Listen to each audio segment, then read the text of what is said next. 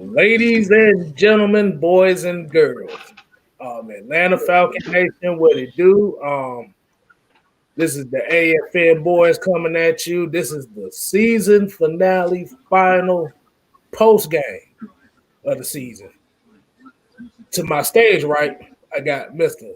Big Low Country Sports, aka the coach. At the bottom of me, we got the architect, the mad scientist himself, Mr. Mad Mike Sports. And from the diagonal point of me right there, you got the calm before the storm, Mr. Jew Talk Sports, coming in with our thoughts on the Tampa Bay beat our ass by 44-27, fellas. What what are we thinking now that the season is over and Let me say this. I'm gonna start it off. I'm gonna start it off just like this. I'm gonna start off just like this. All you Matt Ryan haters, you see exactly what happened today. That man played his fucking ass out, played his heart out. The last game of the damn season, he was the only one outside of the offense. I'm gonna say this. I'm gonna say this. The offense played their heart out. I'm extremely proud of what I saw from the offensive ball. Offensive line, they did a good job in pass protection. They did a pretty good job running the ball. Play calling was subpar, but that's pretty much it. Wasn't terrible, but it was subpar. Um, but Matt Ryan, man, what more can we say about this guy? We saw exactly what he's always been. This team has absolutely nothing to play for besides pride and manhood. And you've seen exactly that. What else can you say about it? I mean, Matt Ryan is Matt Ryan. Still throwing. He said people say that he can't throw. He can't throw with velocity. All he was doing was throwing heat. I mean, they said, I'm going to say this too. They said the same thing about Tom Brady and Matt Ryan. These old guys can't do it. Both those guys were throwing heat all game long. They were throwing heat. All these people talking about, oh, we need to get these young guys. We need to get these young guys. Well, the young guys ain't showing right now what they can do. All the young guys right there, all they trending down, including your greatness, your highness. And I'm talking about Patrick Mahomes. Even he's slowing down right now. But these old guys, they're staying level. It's all about consistency. All y'all can say all you want about Tom Brady. You can say all you want about Drew Brees and Matt Ryan. You know, even New England, Phillip Rivers. Even Phillip Rivers is doing his job. Like, even Phillip Rivers is doing his thing, man. Like, all these old guys is like they showing that they still has something to offer. But yet we still got guys that have one good game, and now he's Jesus Christ. One good game, and now he's Jesus. Now one good game, and now we'll throw away the entire offense for one person. I love the guy. I don't want nothing but the best for him, but let's stop. Consistency. This is what the NFL is all about. Playing quarterback is not about overall talent. It's all about consistency. You can have one game and you have 2-3 bad games in a row, but what did that leave you? You're just an inconsistent quarterback. NFL is all about consistency. You can look good. You can look great. You can have one amazing game, but all the rest of them are subpar and terrible. You're an inconsistent quarterback. And those guys end up having careers like Ryan Fitzpatrick, end up having careers like Nick Foles. Yeah, Nick Foles got a championship, but guess what? He hopping from team to team. If that's what y'all want, I'm just trying to figure it out. Let me know what y'all got, what you guys think. That's my overall assessments for the offense. The defense is just, we need Jesus, man. That defense just needs Jesus. Maybe Jesus can put some holy waters. He can get these guys, feed them fish. I don't know what the fuck gonna turn these guys. I don't know what the hell they're gonna do. That defense is absolutely atrocious. One thing I do want to see from this defense, one thing I do want to see from the defense is I never want to see Ricardo Allen ever again. I don't want to ever see ever in life. I don't want to ever see him in Atlanta Falcons jersey ever again. Because this dude was absolute. I don't know what the hell he was doing. He was late. He couldn't tackle. The only good thing today I saw from him is he scooped up a drop pass for an interception. That's it. The dude was an absolute shit show today. Absolute. He looked like an absolute clown out there. Late to everything. That's just my old set. What's y'all assessment of offense and the defense? Jew? Hey, the first thing, I know I made my Justin Fields video yesterday, but after seeing the defensive line today, y'all know I'm all about that defensive line play in the trenches. Tom Brady had all day to throw. As Big Country would say, we weren't in the bathroom handing Tom Brady no tissue today. He had the door locked. Won't nobody on his tail. Y'all know how much I love Dante Fowler, but that one sack that he had, that was the Tack McKinley sack from the beginning of the season where he came clean, nobody touched him, and he just ran right to the quarterback, and I could have sacked Tom Brady on that play. So I seen him celebrating and stuff like that, but that really wasn't nothing to celebrate about. That defensive line play today was horrible. I know a lot of us are going to look at the back end and be like, Sheffield's terrible. Isaiah Oliver's terrible. AJ Terrell didn't play that well. Ricardo Allen's terrible. Yeah, the secondary didn't play well, but Tom Brady had all day to throw. And when you got, it is not like he's playing with the Patriots wide receivers. He got dang near 3 number 1 receivers on this. Godwin is a great receiver. Evans is a great receiver. And Antonio Brown's a great receiver. So, I mean, to be honest, the main thing that I noticed that was a glaring weakness for the Falcons on defense, no pressure. Like if you put Matt Ryan on the Bucs today and allow him to just sit back there all day with all day to throw, any competent quarterback, any good quarterback is going to sit there and pick you apart with no pressure. And we all know that Tom Brady is not mobile.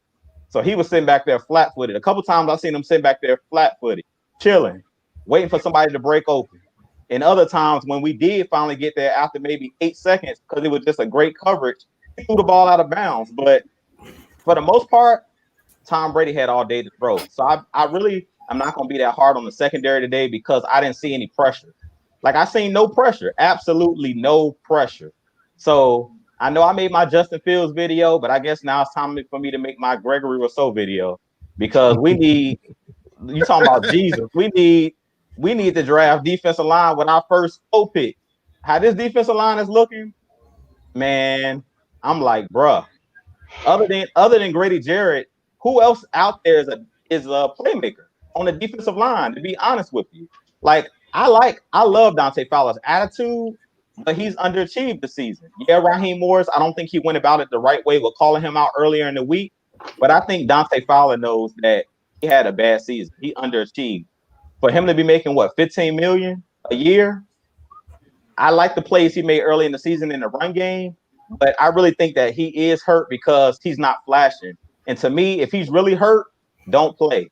Because when you're out there, we're going to judge you as if you're 100%. And from what I'm seeing from Dante Fowler and from the rest of this defensive line, today it was a horrible performance. All of them stole money today on that defensive line.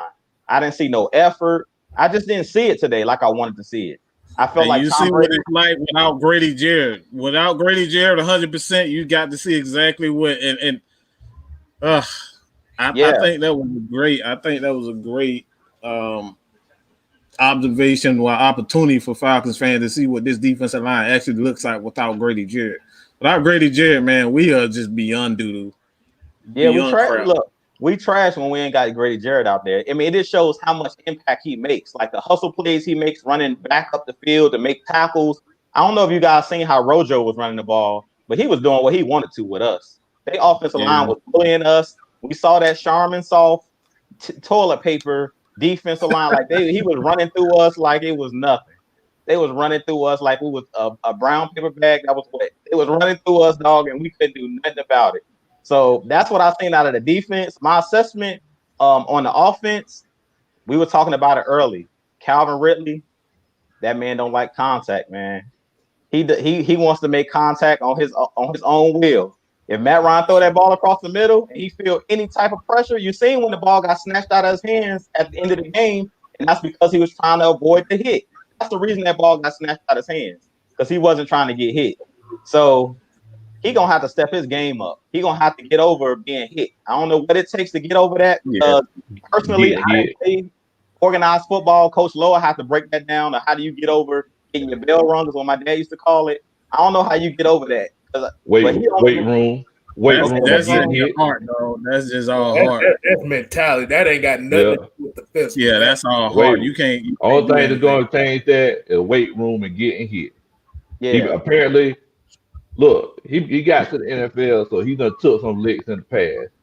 But the fact of the matter is that it's one of those situations where somebody must have cleaned his clock with a fine-tooth comb sometime in the past.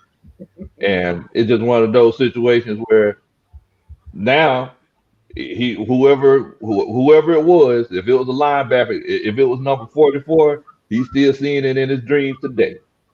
Yeah. The fact of the matter is, guys, that Tom Brady, I don't know if y'all heard, but Tom Brady just signed an endorsement with Tide because his jersey was clean as I don't know what by the end of that game, y'all. Exactly. It don't make no sense, man. How in the world? We all know that the way to get pressure on Tom Brady is A-gap pressure. Whenever Grady went down, I said, well, this game is over. This game is over because nobody else is getting no pressure up the middle. This was Marlon Davis's chance to shine. Like we've been saying all season, he hasn't gotten that much playing time and he needs a chance to develop. But, this was his chance to flash and he just really didn't get it done. And, we need some help on that defensive line if we want to get anything done. Like I said, with Ricardo Allen, he's been getting there. He's been running on CP time, just the same way he has all season. Y'all know what I say about these tipped and dropped intercepted passes. They're definitely overrated. I know at the beginning of the season, whenever y'all was talking about Michael Walker getting all those tipped interception passes at the beginning, oh my goodness, Michael Walker, he's going to be the guy. Like, wait a minute, y'all, let's pump the brakes now, and sometimes whenever a guy's in a position to catch an interception on a tip pass, that's not always a good thing. That means that he was just getting there late and that event just happened whenever he was in that spot. So, yeah, I definitely do not want to see a Falcons jersey with 37 and Allen on the back of it next year. We need to go ahead and move forward. Oh, my God. He was slow to everything today. I've never seen the guys that, he's looked like a damn rookie out there, slow to every aspect, to every, again, I understand they didn't have pressure, but there's no excuse for a guy to be at least a second and a half slow to everything. I mean, to everything. He was slow to everything. Kstylz, man, what you got, bro? Boy. I'm a kind of be honest on this one, and I would disagree with Coach on this point about the tipped interceptions. At the end of the day, those interceptions usually be the ones that make or break seasons. I understand you don't like them. I agree with that, but you like I said, sometimes those kind of plays right there can make or break a game. But let me get to this point.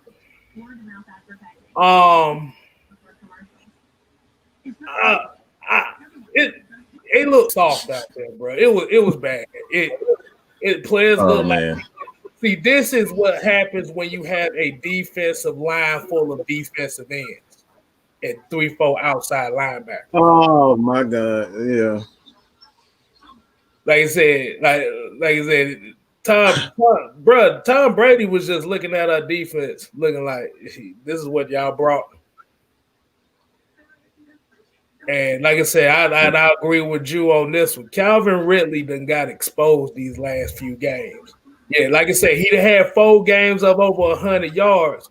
But if you actually look closely at a lot of those receptions, he gets some big receptions. But when it comes down to those money receptions, as far as being a number one, he's not ready yet. I always say key situations. Big time players make plays in key situations. I don't give a damn how good you were against early in the game and all that type of stuff. The big time players make plays in big time situations, and that's the same for the defense. I don't give a damn if you rate top 5. We saw last year with the 49ers, they were great all year, but when in key situations, they failed to get it done. So that's what like looking at last week, the same thing. Calvin really had drops. He had drops in key situations. That's not a number one receiver. I'm sorry. He put up, 1,800 yards. That's great, but we got to get these key situations. And that's like, honestly, it's not the Falcons. It's not Matt Ryan. It really isn't a lot of things outside of coaching. You can kind of put a lot of that blame on the players also, but key situations, we fail miserably. I don't know what it is, but we got to get that. And the only thing that's going to change that, to be honest, is a culture change. This team needs a culture change, period, point blank. It's not – I can't put it all on the players in that situation because this is what the coaches created. They created this soft environment. That's why you got to get rid of everybody. You got to get rid of every one of those coaches. You cannot have anybody come back. I don't care who it is. This is a soft culture, and these guys need to change. You basically took the words right out of my mouth on that. I mean, if you looked at the sideline of the Falcons sideline from where they panned away from, like I said, you could really see how fractured this locker room really is. It's fractured how this team really is mentally.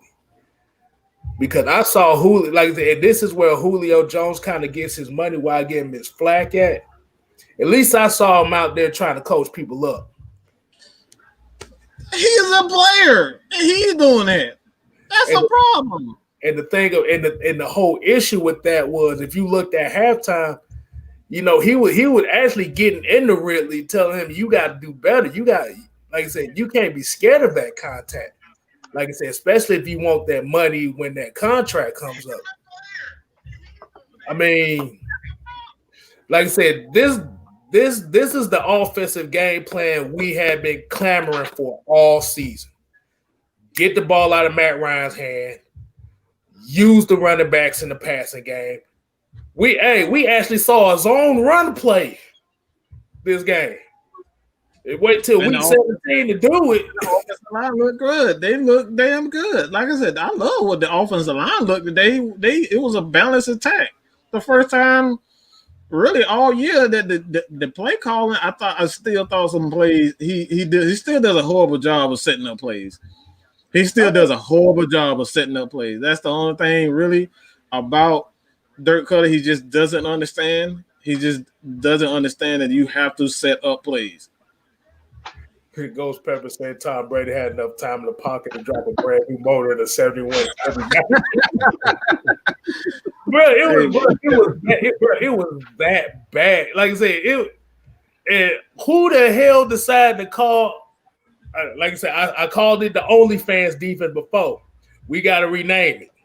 We're going to rename it the Suki Hana defense. Suki Hana? That was the Suki Hana defense right there. Hey, y'all probably don't know who Suki Hana, but yeah, I know who that is. I know. But hold on, we gotta get to that. We gotta get to that $5 super chat by New Drop though. Like I said, oh yeah. Also, we appreciate everybody joining in with us too. Absolutely, like, everybody get your final gripes out the way here. This the end of the season, man. Go in, everybody. Just go in, man. This is the first time y'all can say what the hell y'all want to say. It don't even matter. Just go in, bro. We're not banning nothing. None of that. Just go in. This is the last one, bro. We're gonna go. We're still gonna go live, but this is the season finale, bro. This is the season finale. So get it all out. Yeah. So New Drop came with the $5 super chat. Said Dan Quinn and Thomas Demetra built a speed defense. Great defense have a blend of speed and power and size in the trenches. Yes. 100%. Yes. That's 100. I don't care how fast you are. It don't matter. It don't make no difference if you chase behind somebody. Exactly. Bruh. When Grady Jarrett went out, I literally saw Tampa Bay offensive linemen. Woo! Boy, they got so excited, bro. Hold the hell on. This is what our defensive line looked like. Hey man, look. They saw them big ass hard. I got to say it a couple more times because that represents every lineman we have. Okay, that's it. Bro, they were literally tossing our defensive linemen around like they were kids. Bro, I said this. These dudes look like they was playing patty cake. Looked like they was legit playing patty cake with the offensive line. All I saw all day was titty bumping. That's what it was. It was titty bumping. That's all it was. It was titty bumping. Bro, like I said, I don't care what nobody says. A new quarterback can't change that. Bro, that's a new quarterback can't change. Bro, when you need a coaching change. It has to start. It has to start with coaching. Like, my whole thing is that I don't care. Like everybody talk about the defense being soft and everything, and us going into that playing the sticks in that 3rd and 16 and stuff like that. Like I don't even care. Like I know coaches that coach soft teams. Like I know coaches that like they don't blitz that much. They fall back. But if it's working, doggone it, do it. But if it's not working, bro, they was not working. Just fall back off of it. That's it. No, that's my thing. That's exactly it. Why are you going away from things that work? I don't give a damn if it's cover 19. Goddamn, if it's cover 19 is working, keep doing cover 19. God damn. If we had to put 10 people on the field, if we stopping people, well, doggone, somebody sitting out. Yeah, we're gonna have to pick somebody every place to sit out or something. Good gosh, bro. Bro, you gave up a 3rd and 17 and played prevent and gave up 35 yards. How the hell does that happen?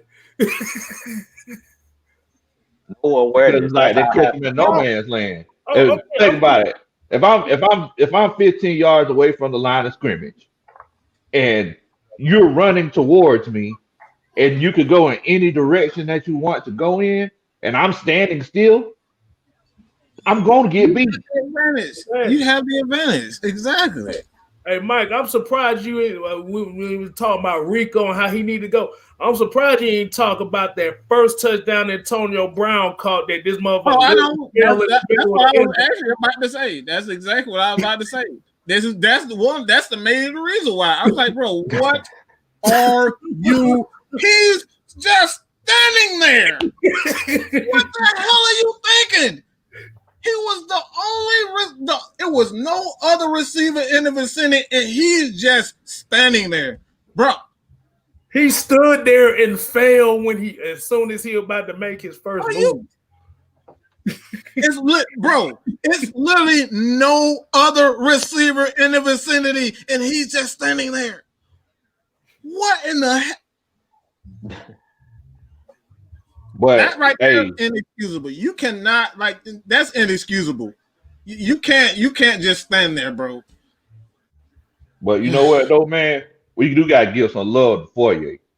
Like I know that he caught that touchdown on him, but he was right there, man. Yeah, he was right there. He was right there. Like he was in there. He just swung at the wrong time. But you got to give him some love on that play. That was pretty good coverage on Chris Godwin, 20 yards down the field.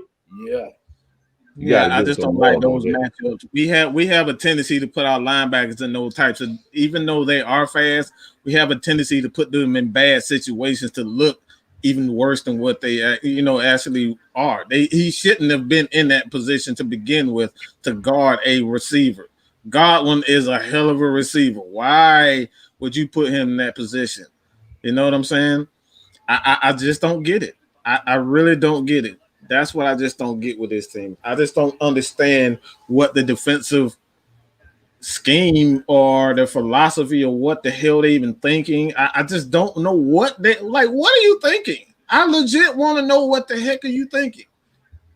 Well, we're gonna get to this $5 super chat by Fire Falcon. Appreciate you joining us. Appreciate it, man. He said rushing 3 all season and it doesn't work, but they still keep doing it. Shaking my head. We've been talking about this all season. And my biggest problem, my biggest problem with the defense, like Coach Lowe was saying, my biggest problem is, to me, we don't make teams play on our terms. Like, as a defense, why are we always the one reacting to what somebody else is doing? Like, be aggressive. Make them react to what we doing. We bring everybody, like, how many times have we seen we bring everybody to the line like we're going to blitz and then drop everybody out and bring 3? Like, bring the house. If you're going to show the house, bring it. Like, Tom Brady knew every time he seen all them people at the line, they ain't coming for me. Like, he was chilling. He didn't look like he was nervous. He know that. Audibly. He looked like, okay, they at the line, but everybody finna drop into some type of coverage. Ain't nobody coming for me. And that's my biggest problem. It's like, you have to instill fear. Like, even if he get the ball off, still put that helmet in his chest. Like, make him feel something. You might get a flag, but make him feel something. Like, with our team, when y'all talk about that soft culture, my biggest problem is we're not aggressive. We're not aggressive. Like, when you blitz, you're going to get beat sometimes. But we're still getting beat in cover in zone. Doesn't make. I'd rather get beat in more than one way.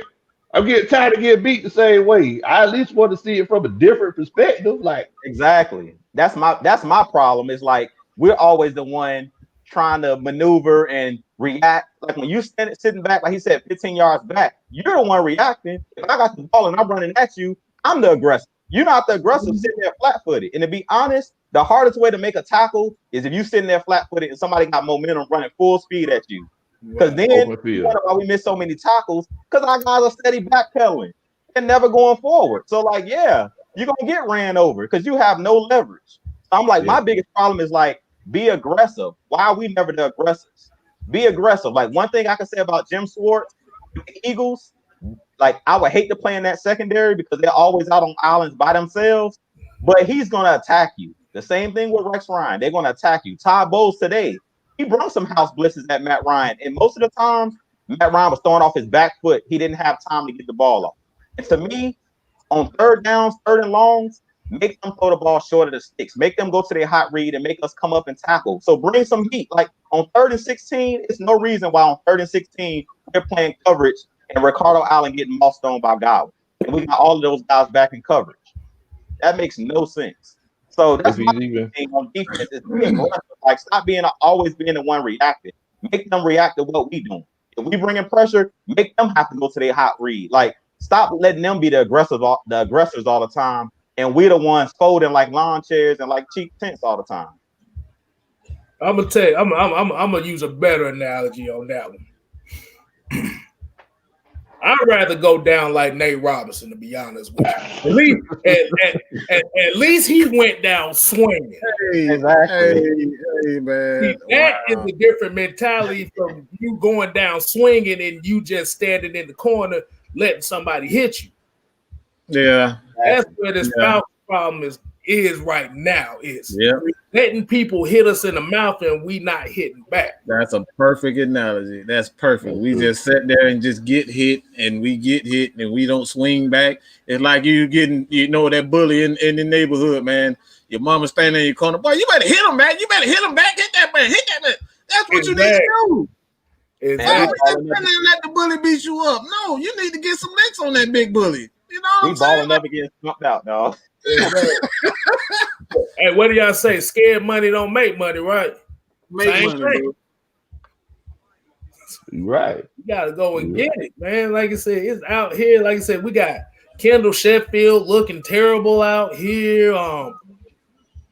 Dante Fowler getting blew up by tackles. The Tui Mariner it's like everybody just get blown. Dion look confused out there. Debo on that touchdown. Oh my God. Like, he just let that man cross his face. Yeah. I was like, okay. So you let him cross his face. Yeah, he almost looked like he was like in a glitch on Madden or something. The guy crossed his face. Then he's like, oh, my bad. I'm supposed to get him. Like, Hell, like I said, Devon Stanford said Ricardo Allen was running on AOL dial-up. Hell, the whole damn defense was running.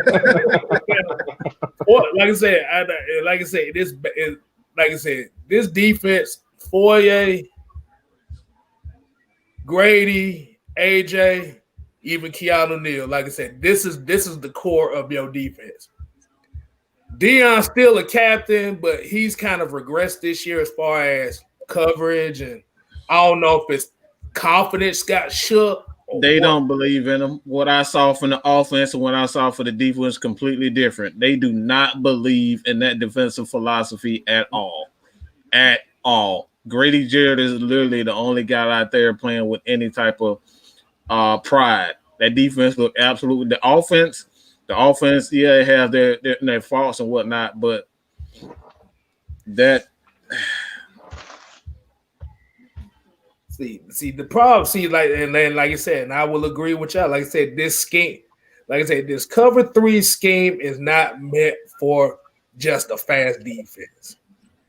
Like I said, your defensive line got to have some meat on the bone. You got to have some meat on there. You can't be eating healthy choice meals out there. You need some beef.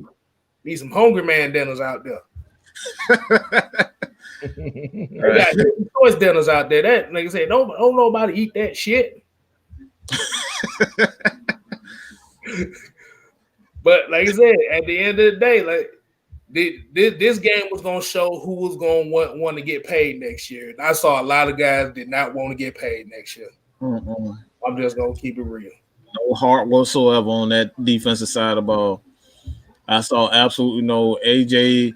He's a rookie. I don't really expect a lot from him outside of rookie. He's gonna have those plays where he's up and down. Those are rookies. That's what I expect from rookies. But when you got guys like Ricardo Allen and Stephen Means, Dante Fowler, these guys, like, they're getting absolutely no pressure, no nothing. It's like, why are you even out there? Why the hell are you even out there? You know what I'm saying? So I don't know. Coach Low Man, let us know, what would you do with the defense, just with the team in its entirety? How would you go about fixing the team? So it's like right now, it seems like we're like at a little bit of an impasse, but we also got to make some money decisions. So the first thing that we got to figure out, what I would try to figure out myself is, are we going to run 3-4 or 4-3? So if we are running 3-4, let's go ahead and get Micah Parsons. And go ahead and get somebody else, because honestly, Grady, he's versatile enough to run that nose tackle or that defensive end position, or he could just be interchangeable depending on down and distance. So if we are running 3-4, we definitely got to get another linebacker. I know you said earlier, Mike, that you don't think with the money and everything, Fourier might not be back. So we might need, we might have to put Michael Walker in there, that other inside linebacker position, and then get another linebacker, Andre Cisco. If they decide not to move Isaiah Oliver to free safety, Andre Cisco. Yeah, I like him. I definitely like him. Yeah. I do agree. As far as 4 years, just too good to be able to stay with his team, and he already have. I'm expecting some team to offer at least some picks for him, because, like I said, Falcons just don't have enough money right now to be able to afford him and Debo. Yeah. And Walker looking good. He looking really good. So it's like, who? How you gonna keep him? You can't keep him. Like, let's just be real. You can't keep him. That dude is gonna. He is going to at least command a first round pick. He's that good. Fourier is that good already. And like, the Falcons just don't have the money for the next 2 to 3 years. You just don't have the money to be able to pay him, because Grady Jarrett, Deion Jones, Julio Jones, those guys in the next year or so, their money is going to increase. Yeah. So that's it. All right.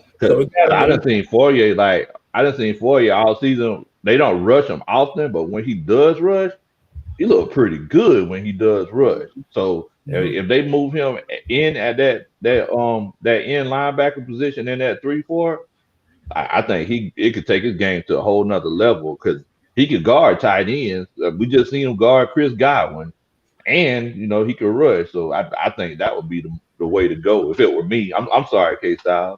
Oh no, my bad, man. I was just trying to get this $5 super chat out the way. Right yeah, I just read it.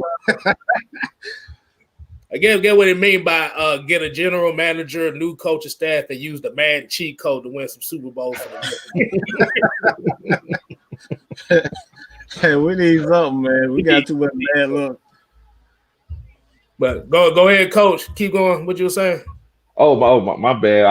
I was going to say that because it's obvious that we just don't have pass rush right now.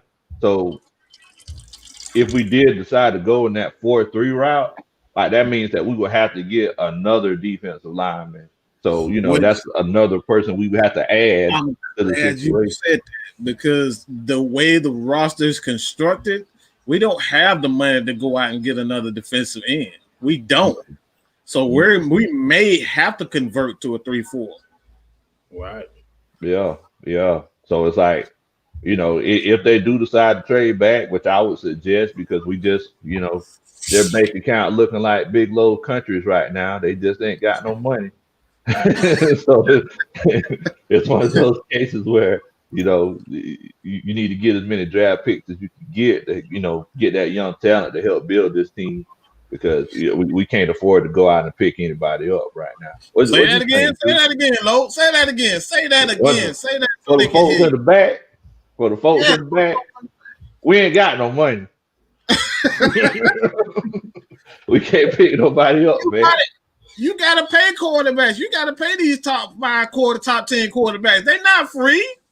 They come with at least a $10 million cap hit at the very least. I'm just saying. Like you said, bro. Like I said, just put it in the acronym WDM. What damn money? What damn money? We ain't got no damn money.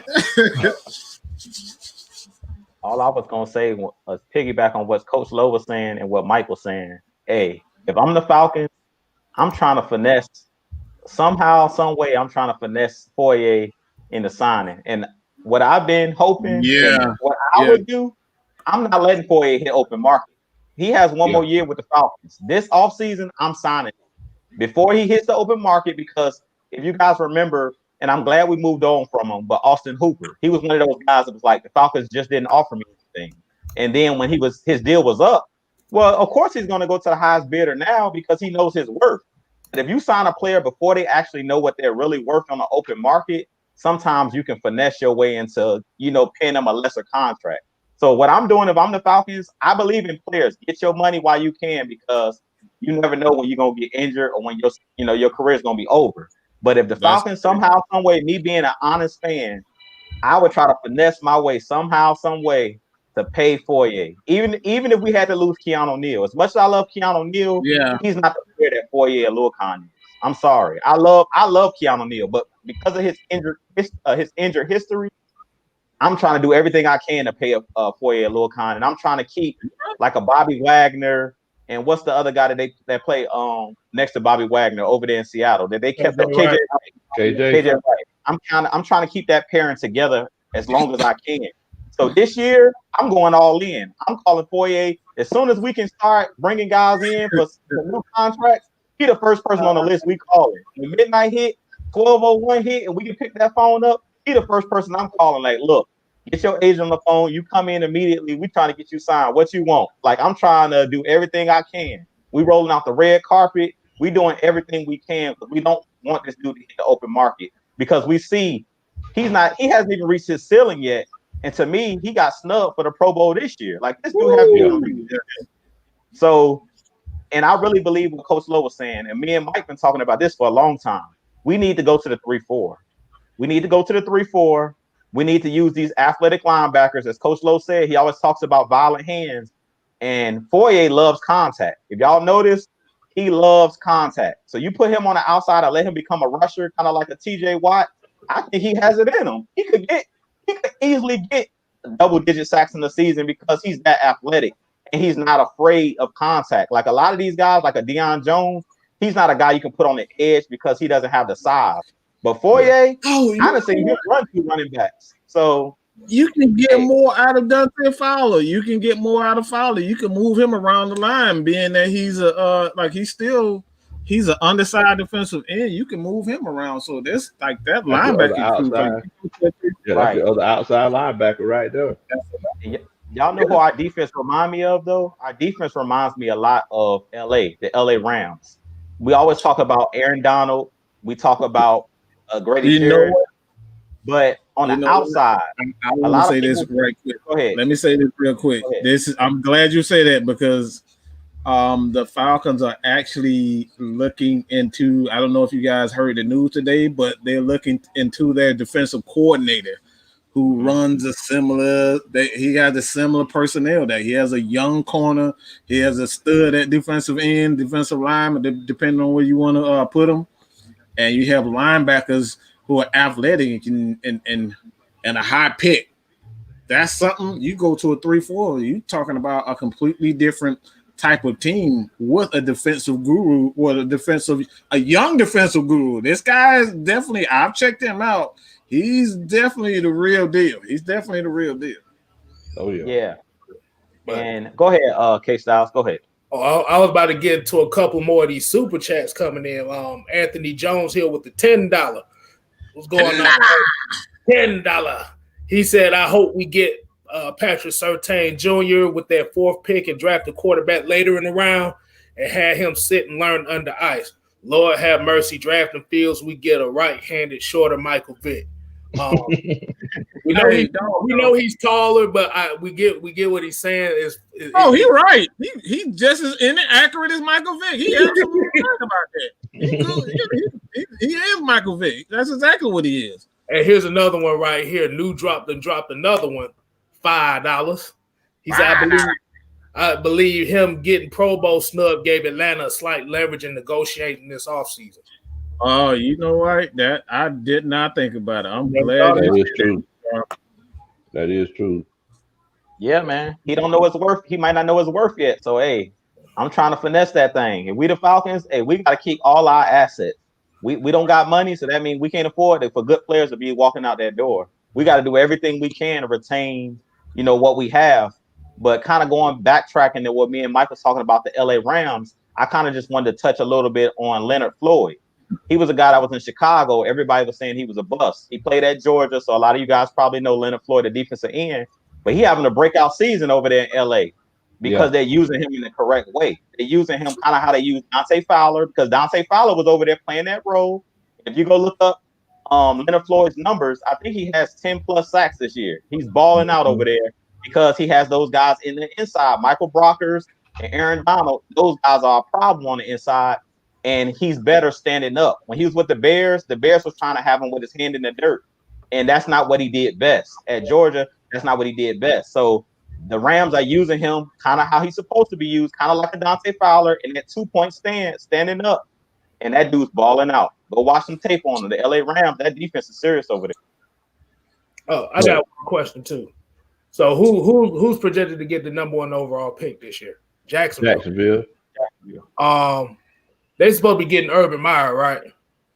Yeah. Yes, sir. So Justin Fields. So unless y'all willing to trade up to the number 1 overall spot, the Falcons are not getting Justin Fields. Exactly. Urban Meyer supposed to be the coach, and that's unless he don't lie about something. And like I said, if he coaches Jacksonville, Justin Fields going number 1 overall. If he don't go to Jacksonville, Zach Wilson gonna be number 1 overall. It says Shad Khan already bought a Trevor Lawrence jersey though. That's what I heard. But have you noticed the Trevor Lawrence hype train died out after that game though? Yeah. I haven't heard nobody mention Trevor Lawrence since that game. That's true. That's because we prisoners of the moment, Kstylz. I remember the year before AJ Terrell came out. What everybody said about AJ Terrell when he got his draws burnt off against LSU. Oh man, he had a bad game. Jamar Chase not ready for the NFL. Yeah, everybody was talking all of that stuff, and AJ Terrell just came to the NFL and pretty much balled out this first year, being the best rookie corner. Everybody was talking about the kid out of Ohio State was going to be the best corner coming out. I forget the guy's name, and he was struggling. Jeff Okuda. Yeah, Jeff Okuda. Okuda. Nebraska, wasn't it? No, it was Ohio State. It was Ohio. Yeah, Ohio State. Mm-hmm. We got another $10 super chat right here. Anthony Jones coming with him. Said, proud of y'all fellas. Y'all have no egos. Y'all keep it real. I'm a Falcon fan since 95. I hope to start a podcast with my female cousin next season, so I hope to connect with y'all fellas. Oh, absolutely. Oh, yeah. Hey, go ahead and do your thing, bro. Shoot. We welcome everybody. Like I said, at the end of the day, hey, do what you got to do out here, because these fives ain't worth a damn for you no more. Exactly. So. Right. Man, you know what though? It's like y'all talking about AJ. This is from a coach to a player. Ondale Terrell Jr. Look at here, Bo. Whenever you come in on these tackles, you come in like a heat-seeking missile. Now, sometimes you don't pick the right side, but I want you to bring your arms when you come in with these tackles, Bo. Whenever you come in with these tackles, because I think AJ Terrell has the most overworked shoulder pads on the Atlanta Falcons roster. Let me say this right quick. Anthony Jones, hit up Miss Maggie if you are really interested in just sitting down with us talking one day. Just hit up Miss Maggie right now on Instagram, or just email her at maggiet@atlantafalconsnation.com. All right. So that's anybody who decides that they want to come on and do a show. Hold on, you got to hit the $5 one too. Jeremy Cole says unfair that Justin Fields Vic was fighting dogs and losing his playbook. I mean, we don't know that. That motherfucker couldn't even beat out Jake Fromm. So is it really unfair? You couldn't beat out Jake Fromm. Let's be real. I say this: it's work ethic. At the end of the day, if you got that work ethic, if you put in the work, you can be a great. You got to put the work in, point blank and period. At the end of the day, if you're not putting the work in, everybody has talent in the NFL. I believe Coach, if you ask Coach, any of those guys playing at those universities on scholarship, any of these guys in the pros and the NFL, all of these teams got talent. We've said it numerous times. It's about the work that you put in the film room. It's about the work you put in the weight room. And it's about becoming a pro, being a pro's pro. Putting in the work for your craft. If you don't put the work in, you can have all the God-given ability in the world. But look at all these guys: Vic Beasley, Pat McKinley. These dudes are cut up, got muscles, can do, can bench press. They can do it all, but they don't have the work ethic. Point blank in the period. You're right about that, dude. Because it's one of those. The fact of the matter is that you have a player who's fast, big, and strong, showing flashes of doing certain things in certain situations. At the end of the day, the difference between a sweet tea and a twisted tea is what you do in your spare time. That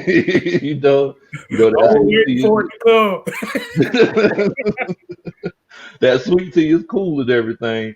And, you could be good and fast and strong and all that stuff. But, whenever you have your spare time, what you're willing to do, to get to that other level, that determines how good that you can be. All right. So what else we got? King Hodgley, he pretty much kind of agreed with everybody. This game should be proof that our offense doesn't need much help. It's more so play calling and defensive pass rush specifically. Hey, man, I'll be remiss not to talk about my boy, Brian Hill. I know y'all seen Brian Hill today. He broke off a long run. Y'all know I'm going to pick up Brian Hill. That's my guy, man. I'm not going to let that slide. I seen the man catch a pass about 30 yards out of the backfield. I said, oh, man, our guys can catch. I thought our running backs didn't have hands or something. Today, they actually were making catches. Him, Ty Gurley was coming out the backfield. I'm like, look, where had this been all season? They said Matt Ryan didn't like to chase the ball down to it. All along, your coach wasn't calling plays. All along, your coach just wasn't calling plays. And Matt Ryan was checking it down all game long. Who knew? Who knew these guys was explosive? Who knew these guys were explosive? B Hill, eight carries for 90 yards. Hey, I would have never known that these guys had that in it. Bro, I didn't know we had a zone run play in the playbook, to be honest with you. Man, that's the first time whenever they ran, and it's not because I've seen zone running plays like so far this season, but whenever he ran it to the right, I was like, well, wait a minute, we're running a zone run off tackle to the right, and it busted for a bit. I was like, why haven't the last time we done this? I don't know if y'all remember, it was like week 2 or 3. Brian Hill had like a 30-something yard touchdown. Yeah. Most of them were like 21s, 25s, 27s. But it's like we busted one out to the right. He was like 70-something yards. What in the world, bro?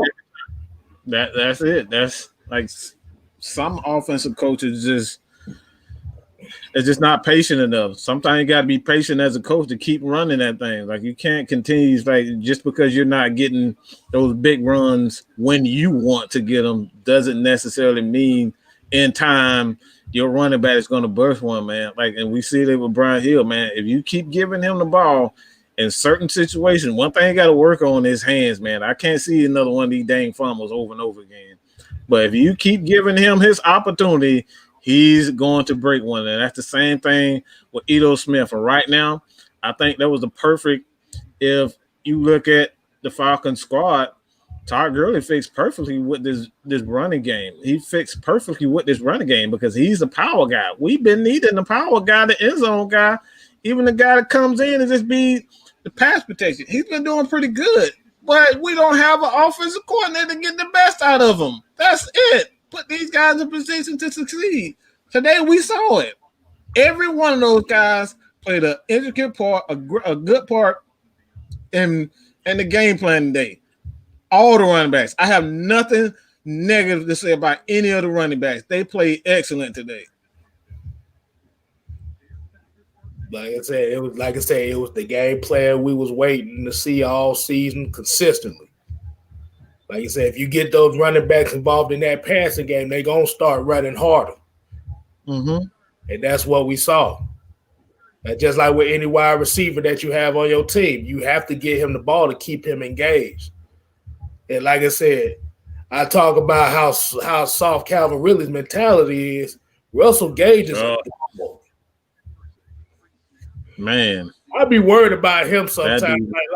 Like Lo said about AJ Terrell and how he hits, and he be worried about AJ Terrell hitting folks. I'd be worried about Russell Gage every time he catch the ball because this motherfucker damn near liable to get killed every game. Dude, fearless, man. But Russell Gage, like really, this dude is going to fight for every yard. Like I said, like I said, he don't do it all the time. But the thing is, at least he's moving forward. Hey, Coach, what do we say on the Film Game Study Friday? You want your offensive linemen and your players going forward. Yes. Everybody, you got 11 people on the field, and the goal is to go forward.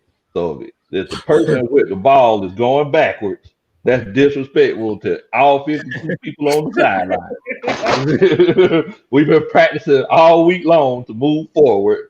Then you get the ball, and you scared of getting hit. So you're like, oh, no, don't touch me. You running backwards. And so until Calvin Ridley can figure this out, his new nickname is Freeze Tag. Until he can get this whole situation figured out. Freeze Tag. We'll call that motherfucker Laffy Taffy. That motherfucker. But like I said, you have to remember Russell Gage wasn't even expected to be on this team, so that's why he fights hard all the time. Wow, he had 3 carries today? What in the hell? Wow, Ito only had 3 freaking carries. Man, look. Hey, man. But they were down 23-9, so they really couldn't run the ball like that. Right. Yeah. But like I said, it was the fact that they was getting the ball out of Ryan's hands quickly. You saw Hayden Hurst with a couple good catches. You saw Stalker trying to act like a tight end on the sideline. I'm just surprised we ain't missed the best receiver on the team. The best receiver on the team didn't catch a pass this week. You know who that is? Steve Smith. Exactly. Hey, man, I'm Keep glad doing this thing, man. Keep you doing this thing in the flats. That's what keep getting that 7 yard and that 5 to 6 yards. Hey, Quinn Willis there really does the cha-cha slide in reverse on every catch. Hey man, but y'all know one thing though, and the thing that we talked about because I don't know if y'all remember we did a show before the season. Wait, hold on, we got a super chat. 9.99. Last Johnson to the channel. Man, but yeah, I don't know if y'all remember before the season started, we were all on the previous show before the season, and we were talking about the guys that we thought were going to make a big impact, and we were talking about Hayden Hurst. Now Hayden Hurst hasn't been used to his full potential, and this guy had 6 touchdowns this year. 6, that's crazy. He can be a touchdown machine, man, a red zone machine. We get a creative offensive mind. That dude is going to be a problem, man. He's going to be a problem. Yeah. Yeah, William, man, I agree. Calvin really got to get better. But like I said, he's still young. But like I said, for him, it's not physically, it's mentally. Because if he wants to be the number one receiver, he's going to have to be more consistent in catches within the hashes and within the numbers. Jake Matthews is so overpaid. Absolutely not. He's one of the best. I don't think you understand how difficult it is to play tackle in the league. These are some athletes, bro. These are some athletes. Blocking a guy like Dan Shaq Barrett coming off their edge and see how well you do. Von Miller. Come on, bro. Like that's not easy. That is not easy. Coach, look, Lowe knows he's a damn defensive line coach. That is not easy. That dude is one of the best. You line up 9 inches away from somebody who's 265 pounds that run a 4.5 40 and a broad jump of 11 feet and with their hands going all over the place and you can't get your hands on them. And you tell me if it's easy. I think Jake Matthews does pretty doggone good. Like, let's be honest. How many sacks do we see? How many sacks do we see on Matt Ryan whenever someone's coming from behind him? That's all you have to ask. Most of the time, the sacks from Matt Ryan is he's stepping up in the pocket and he just can't find people open. So, I mean, if it's a case where someone just comes around and just gets them, that's a situation where that's Jake Matthews' fault. Jake Matthews is just in a great situation. He's 6'7" and 300 and something pounds, and he can block, and he's just getting paid handsomely. Unfortunately, we weren't lucky enough to be in that situation. Hey, look, I'm about to say Ice Finesse basically to agree with us and hit the nail on the question. He said you never hear about Jake Matthews, and that's a good thing. That's a great thing. That's a great thing. Exactly. When you ain't hearing the person's name called, that means they balling out. The corners and the actual defense, offensive line. If you ain't hearing their name, that's for a good reason. And I think Jake Matthews been doing this thing. I really feel like our problem is the guard spot. Like that's what we've had problems over the last couple of years, and that's what Coach Lowe was talking about. Matt Ryan, he loves to step up in the pocket and climb the pocket as you're supposed to do. That's textbook as a quarterback to climb the pocket. But a lot of the times that pressure is coming from the interior. And a lot of the times it's collapsing on him. If you look at a lot of the sacks Matt Ryan takes, he's trying to climb the pocket, but there's nowhere for him to step up into to make a throw. So that's why a lot of times he's bouncing outside trying to throw the ball. But a lot of the sacks that he takes, if you notice, it's the guard. Like last Sunday, you seen Chris Jones was giving us hell. Last Sunday, he was just coming right up the gut, pushing Hennessy on his butt, pushing what's the other guard? He was giving Gano a run for his money. They was going at it. Yeah, he was giving them all a run for their buddy, dog. Lindstrom, he was giving them all trouble. Like that's where we had the most problems at interior. Ever since we lost Chris Chester and LaVitre, when we had those guys, it was solid on the inside. But ever since we lost those two guards, we've been struggling. And that's when Matt Ryan has had those 40-plus sacks the last 3 seasons. It's like it's nowhere for him to climb the pocket and throw the ball. And that's what I was talking about with Tom Brady. If you notice the difference between the Bucs offensive line and our offensive line, we won't get no interior pressure. That's where quarterbacks, they hate interior pressure, right up the A gaps. That's the worst type of pressure you get that quick. We heard Sue name a little bit too much the last couple of appearances against the Bucs, man. All we hear is Sue. That's it. Yeah. When we talk about God, we really talking about James Carpenter ass. But like I said, hey, and Fire Falcon actually put this best right here. I think y'all will all agree with him on this one.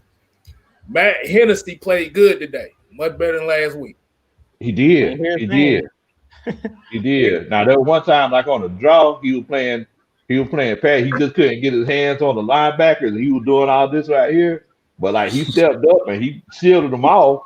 But hey, I mean he's definitely getting better, because I know Mike pointed it out last week. Like last week in the first half, like he was struggling, but like you could see him. Like you could see he was literally maturing before our eyes, man. So I don't think it's going to be that much of a drop off next year, you know, if he can continue to develop, because we got to remember he's still young. And whenever I say young, it's not just mentally, but you know, these kids, man, these kids, they still hadn't got what we call in the country old man strength, you know. So not yet.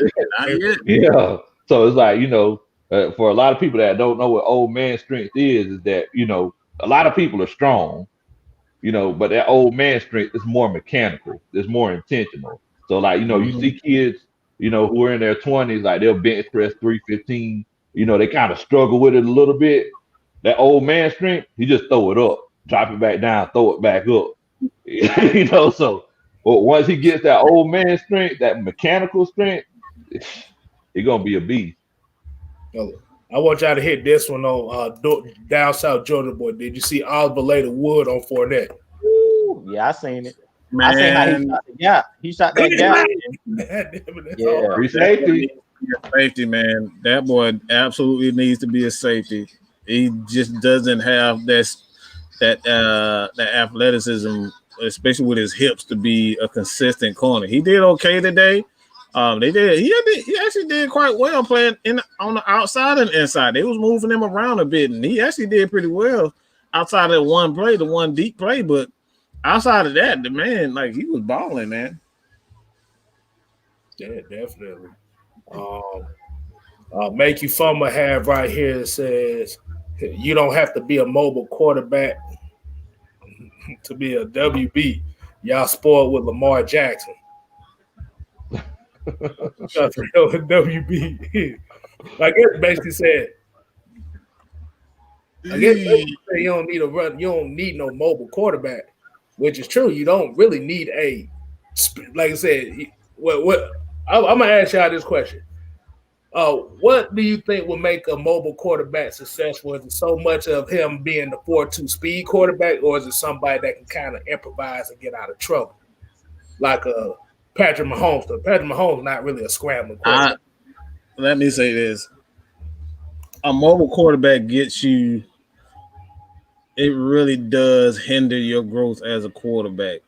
Being a mobile quarterback, because you're so confident in your ability to make things play with your make plays with your legs, you're not worried about your progression as a quarterback. And this is why Patrick Mahomes, and this is why he is such a wonderful player right now, is because your boy Andy Reid slowed him down. He slowed the game down to. He kind of dumbed the play calling down so he can slow down and read the defense.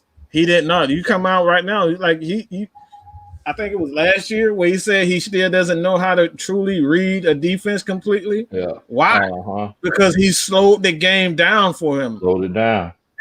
That's what good coaches do. Slow it down. Give him little bit. And that's something that guys like, Dirk Cutter, they're impatient. Gotta be patient with these quarterbacks. Andy Reid is the most patient quarterback that I've ever seen, a quarterback coach that I've ever seen, because when he gets a quarterback, he sees any talent any amount of talent, guess what? This dude is going straight to the top. You see it with Donovan McNabb. You see it with Michael Vick. You see it with Patrick Mahomes. He is a quarterback whisperer. Why? Because he slows the game down for these quarterbacks. I completely agree with what Mike was saying. Like, what I look for quarterbacks that are mobile, and why I love Russell Wilson so much, is do you keep your eyes down the field? Because a lot of the times guys will break open. As you take off and run, most of the time them linebackers or whoever's in coverage, they're going to pull up and try to come get the quarterback, and then you can just throw the ball right over their head. But a lot of the times, like when you got guys like Vic and stuff like that, they were just so confident in their ability to run that their head would be down. So they would take off running. It'll be a guy like we were talking about that'll break open 20 yards down the field, but because they're not even looking down the field at that point, they're looking at the rush, they just take off and start running. And that's what I love about Russell Wilson is most of the time when he breaks the pocket, he's not looking to run the ball. He breaks the pocket and stays behind the line of scrimmage and keeps his eyes down the field. And most of the time, if you watch Seattle play, that's when they get those big plays down the field. Where he's off script, he breaks out the pocket, and that's when you see Tyler Lockett start freestyling, break across the field, or you see DK Metcalf break across the field, and you'll see Russell Wilson on the run, throw the ball 50 yards down the field for a touchdown. So that's what I mainly focus on with mobile quarterbacks. Is your eye still down the field, or are you actually looking at the rush and looking at who's coming to get you? But if you're looking at the rush, most of the time you're going to take off running. You're not going to actually look down the field. You're not going to be able to look down the field and see if somebody's broke open and be able to throw the ball down the field. Yeah. My bad. Let me go ahead and get this comment out the way, because basically Nathan actually said exactly what I was going to say, because Jameis Winston was a mobile quarterback, right? Basically. So Dirk had Winston, a mobile quarterback, and he made Matt Ryan look mediocre. But, yeah, we see what a mobile quarterback does in this offense, too. It led to 30 for 30 season. So, what if I told you? But I completely agree with what you're saying, dude, because whenever you have like a quarterback either break, contain, or extend that play longer than those 2 or 3 seconds, number one, I don't care if you're Deion Sanders, Rod Woodson, I don't care who you are. You ain't finna guard nobody for 5-6 seconds. Exactly. And then, if it's a case where someone's in zone coverage, they have to make a decision because they're in no man's land. If you get that quarterback breaks, contain, and he's out there, either he's going to have to come up or he's going to have to look back and try to find somebody to guard. And, it's never a beneficial situation. But it never fails, man. It's just like whenever the leaves fall in the autumn, and the same way money disappear in slot machines. These mobile quarterbacks, the ones that run too much, after a while they get folded. Origami. It happens every time. So you just want to make sure that you careful as a mobile quarterback not to run too much. Russell Wilson, I think he's the best at it because he picks and chooses his spots, but he keeps looking downfield to make those plays because you can get the ball downfield a lot faster throwing it than you can running. And you know who's getting a lot better at it? And I think the league better watch out because when he gets full, when he gets it down packed, Lamar Jackson,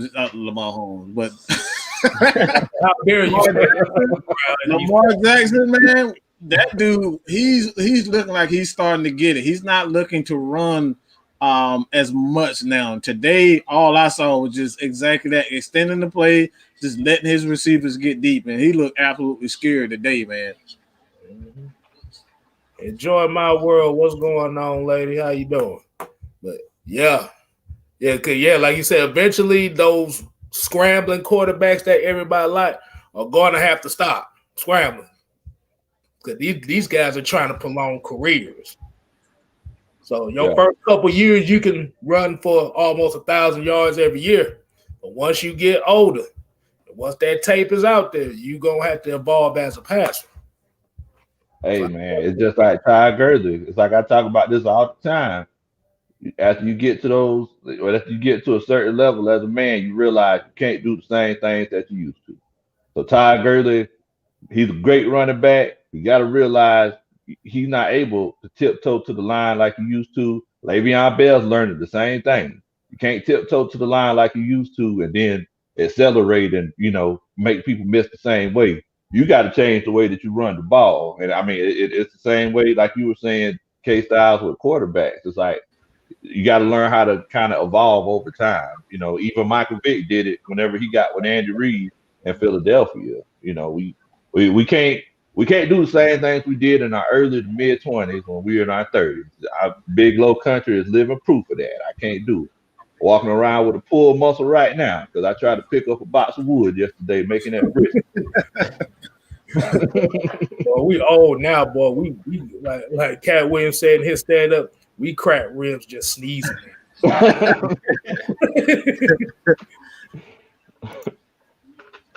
But okay, so Bruce Wayne asked, I think we should resign Neil, but should we resign Allen? And also, what do you guys think will happen with Sheffield and KZ? Allen is gone. Unless he holding the clipboard as a coach, he gone. He's gone. Gone. You need range at that free safety spot. There's no range back there at all. None whatsoever. None. That dude looked absolutely atrocious today. Atrocious, man. Like he was late to everything, slow to everything. He's done, and I don't know if he has enough range to even play strong safety. That's how bad he looked today. I think KZ could be a good safety if he ran a cover two most of the time. Like if he just worried about half the field. Yeah, I think he would be competent. But once again, it depends on what coach we bring in and how we choose to play things. But I mean, whenever he ran that cover three, he was just all over the place. Boy, he was. I think it's just too much thinking involved with it, Coach Lowe. Like we were talking about with KZ, we play a lot of single high safety. So when you do that, you got to know what you're doing. Like if you remember, like Ed Reed and players like that, they could freestyle, but they knew what they were doing, and it was no second guess. It's like once I'm going this way, I'm going this way. If I get beat, I get beat. But I'm living on my own terms. You know what I'm saying? I'm going out on my own terms. To me, we don't have enough players like that. We have too many guys. Like we mentioned last year, we said it coming into this season, we got guys second guess.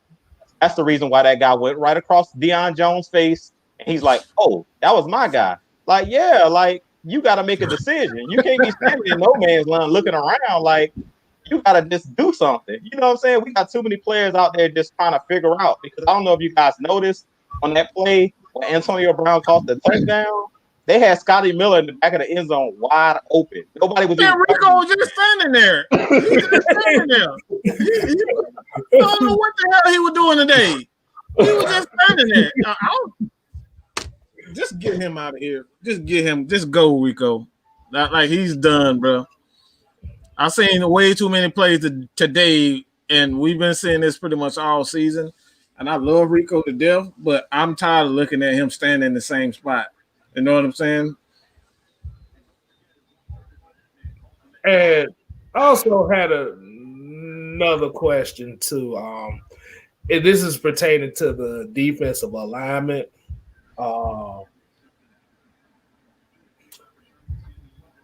Rico, if you know Isaiah Osborne got the foot speed for Antonio Brown, why in the hell are you going the other way? And that's why he got taken out of the game for Neesman. He was making bad decisions. He got benched. And I think something happened to I think he may have got a stinger or something. Keanu Neal. But he was out for a minute, and Rico, I don't know about Rico, man. He just needs to go. I feel bad for him. I like the guy, but he just doesn't have it. I don't know what's going on with him, but he's looking. I've never seen him look this bad this year. He's looked like this all year long. This is not a one-game thing. He's been late to everything all year long. The defense looked better especially these last few games when Neesman without him. because he actually got the range. Yeah. He ain't got the experience, but he got the range. Mm-hmm. And like I said, that's would y'all agree with me that with this cover 3 scheme, you need a free safety that can pretty much cover all of it. You need a playmaker, dog. You need a playmaker. Period. If you're gonna have somebody playing that center field and they gotta be able to make wise decisions and they gotta be able to get from one hash to the other, you gotta have an explosive athlete, somebody that's aggressive, and somebody knows what they're doing. Somebody like a Buda Baker. Buda Baker with Arizona, that dude is everywhere. That dude's a Tasmanian devil. I wanted him coming out of college, man. I was in love with that dude. Y'all about to make me cry on live. I was in love with Buda Baker, man. I wanted Buda Baker just the name alone, but I haven't seen it. Buddha, that stinking Buddha. Buddha lover.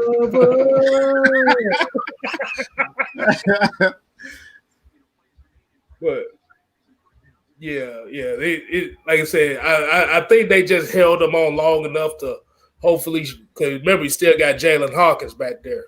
Mm-hmm. So they might try him. They might try him out next year, see how he do. I like Hawkins because he has size. Like, to me, I'm like, I don't want no more miniature players. Nah, man. Give me somebody big that can hit, that is gonna make people think twice. So another thing about Rico Allen, I love the guy. He's like the little engine that could, But I'm tired of, after I seen Casey get trucked by Zeke Elliott in week 2, I'm like, I'm good with that. Give me somebody big. Jalen Hawkins, he seemed like he got that size. He can bring that pad level down. Because we got too many safeties that's too little. These little guys, they getting trucked. We got too many converted corners playing safety. Give me somebody that got some size, dog, that can bring that wood.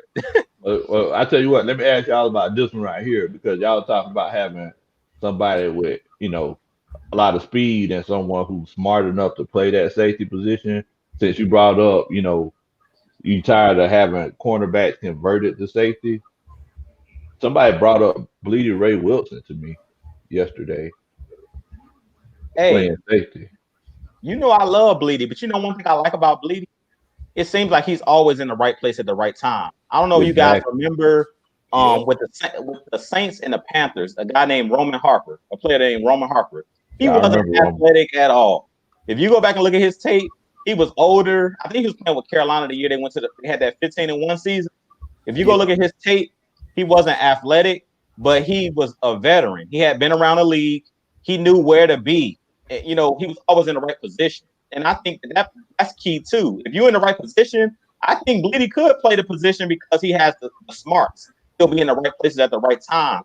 I don't know if he'll play just based off of that. Like, I don't know his ball skills. He's come up with some interceptions this year, though. I mean, when they throw him in the game, he always around the football somehow, some way. So put him, further back out there. I don't know if I want him playing center field. I feel like what you were saying, Coach Lowe, we need to play more cover 2 with 2 high safeties. I don't believe a lot in this one single high safety unless you got a supreme athlete, like somebody like the Honey Badger that's actually making plays and that can run.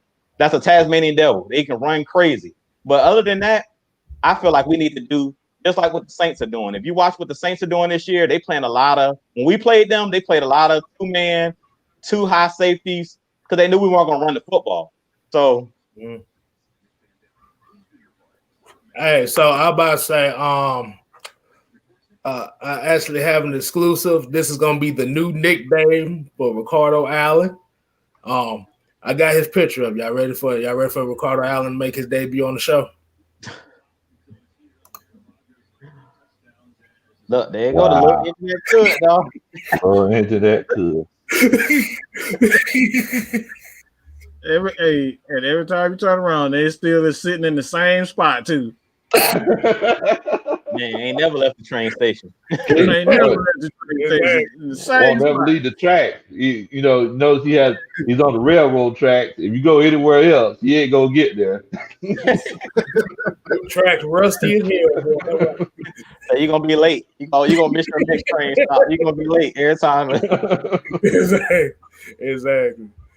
Boy, I'm about to say you can't let him be your Uber driver, boy. Y'all be mad as hell. I want to say this too about Treadwell, man. today I just saw another dimension to the offense with him on because he was more physical.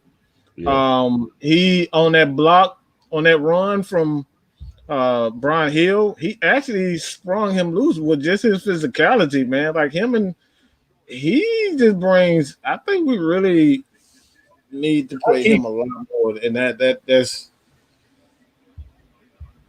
What's Drew that? talk about that all the time.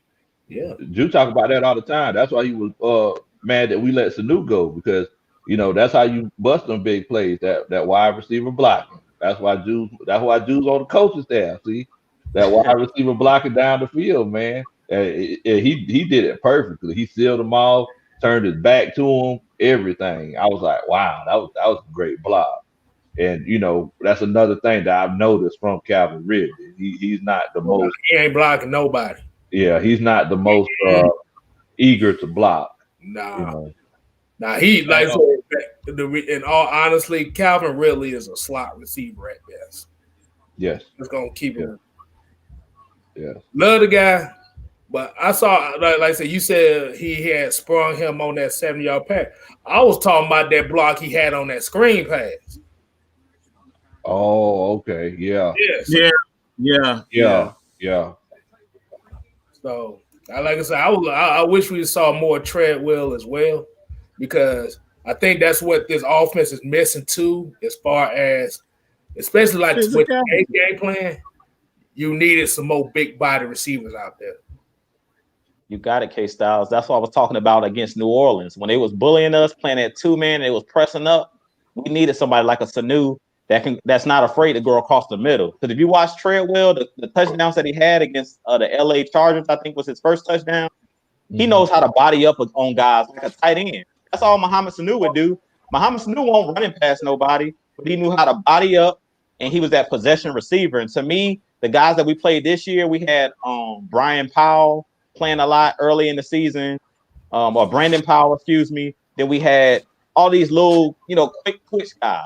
Russell Gage, these guys are smaller, wide receivers. We really didn't have that big body. When Julio Jones is out of the game, we really don't have that dominant big wide receiver that can just body up on somebody and just manhandle them. You know what I'm saying? We don't really have that. Even in the running game, like we run it while we can't run to the outside, but think about it. Who's Brandon Powell and these little dudes gonna actually block, consistently? But when you got Julio out there, we seen Julio goddamn gonna come down on Trey Hendrickson and push him. Well, not push him with one arm. He pushed that man with one arm. Exactly. I see Julio get a lot of Rudy Tooty fresh and fruities over there. he gets a lot of pancakes. Y'all don't know what that means. He got some pancakes out there. But like I said, and I know we talked about Sanu and how them cutting them was good for this team as far as getting the young receivers involved.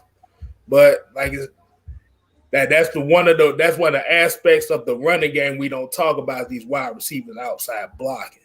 And you got to have physicality out there. Like Russell Gage, like I said about Russell Gage is not going to wow you as far as speed and route running and stuff like that. But he does a lot of the dirty work as far as how these wide receivers are right now. Outside of Julio, Russell does most of the dirty work. Mm-hmm. Like I said, really, most of his routes are good for is close to the sideline because he ain't been to get hit like that. Whenever he caught that slant pass, you remember that we broke down in our film study, Kstylz. We believe it was an RPO, that 3-step slant. He caught it over the middle. I mean, he could have taken it to the house. I think that the defense was just surprised he ran across the middle. I think so too. They looked at each other like, really? Did this dude? And he still didn't score. He still ran sideways. Everybody ran sideways. Like, you scared to get hit from behind? Keep running. Like, what they gonna do? Grab your ankles? bro, this dude this goofy motherfucker literally, instead of just going straight for the touchdown, he brought all 4 defenders back into play. Sideways syndrome. That boy ran to the sideline. Sideways Central. All right, so we got another $5 super chat. New drop coming in with him today, man. Hey, he gonna win the MVP today. He said, so if you guys get a call from Ridley in the offseason, is he off the table? Is he available, especially with Gage shining? No, he's not going to be on the table. I think what they're going to try to do with it is they're going to see how far he can get, because we also have to remember as well, this is actually the first season Calvin Ridley has played all 16 games. We have to remember that. I will say this about Calvin Ridley. I would see what they're offering before I give him a max contract, because I don't think he's one of those physical receivers that you're going to need over the long haul of the season.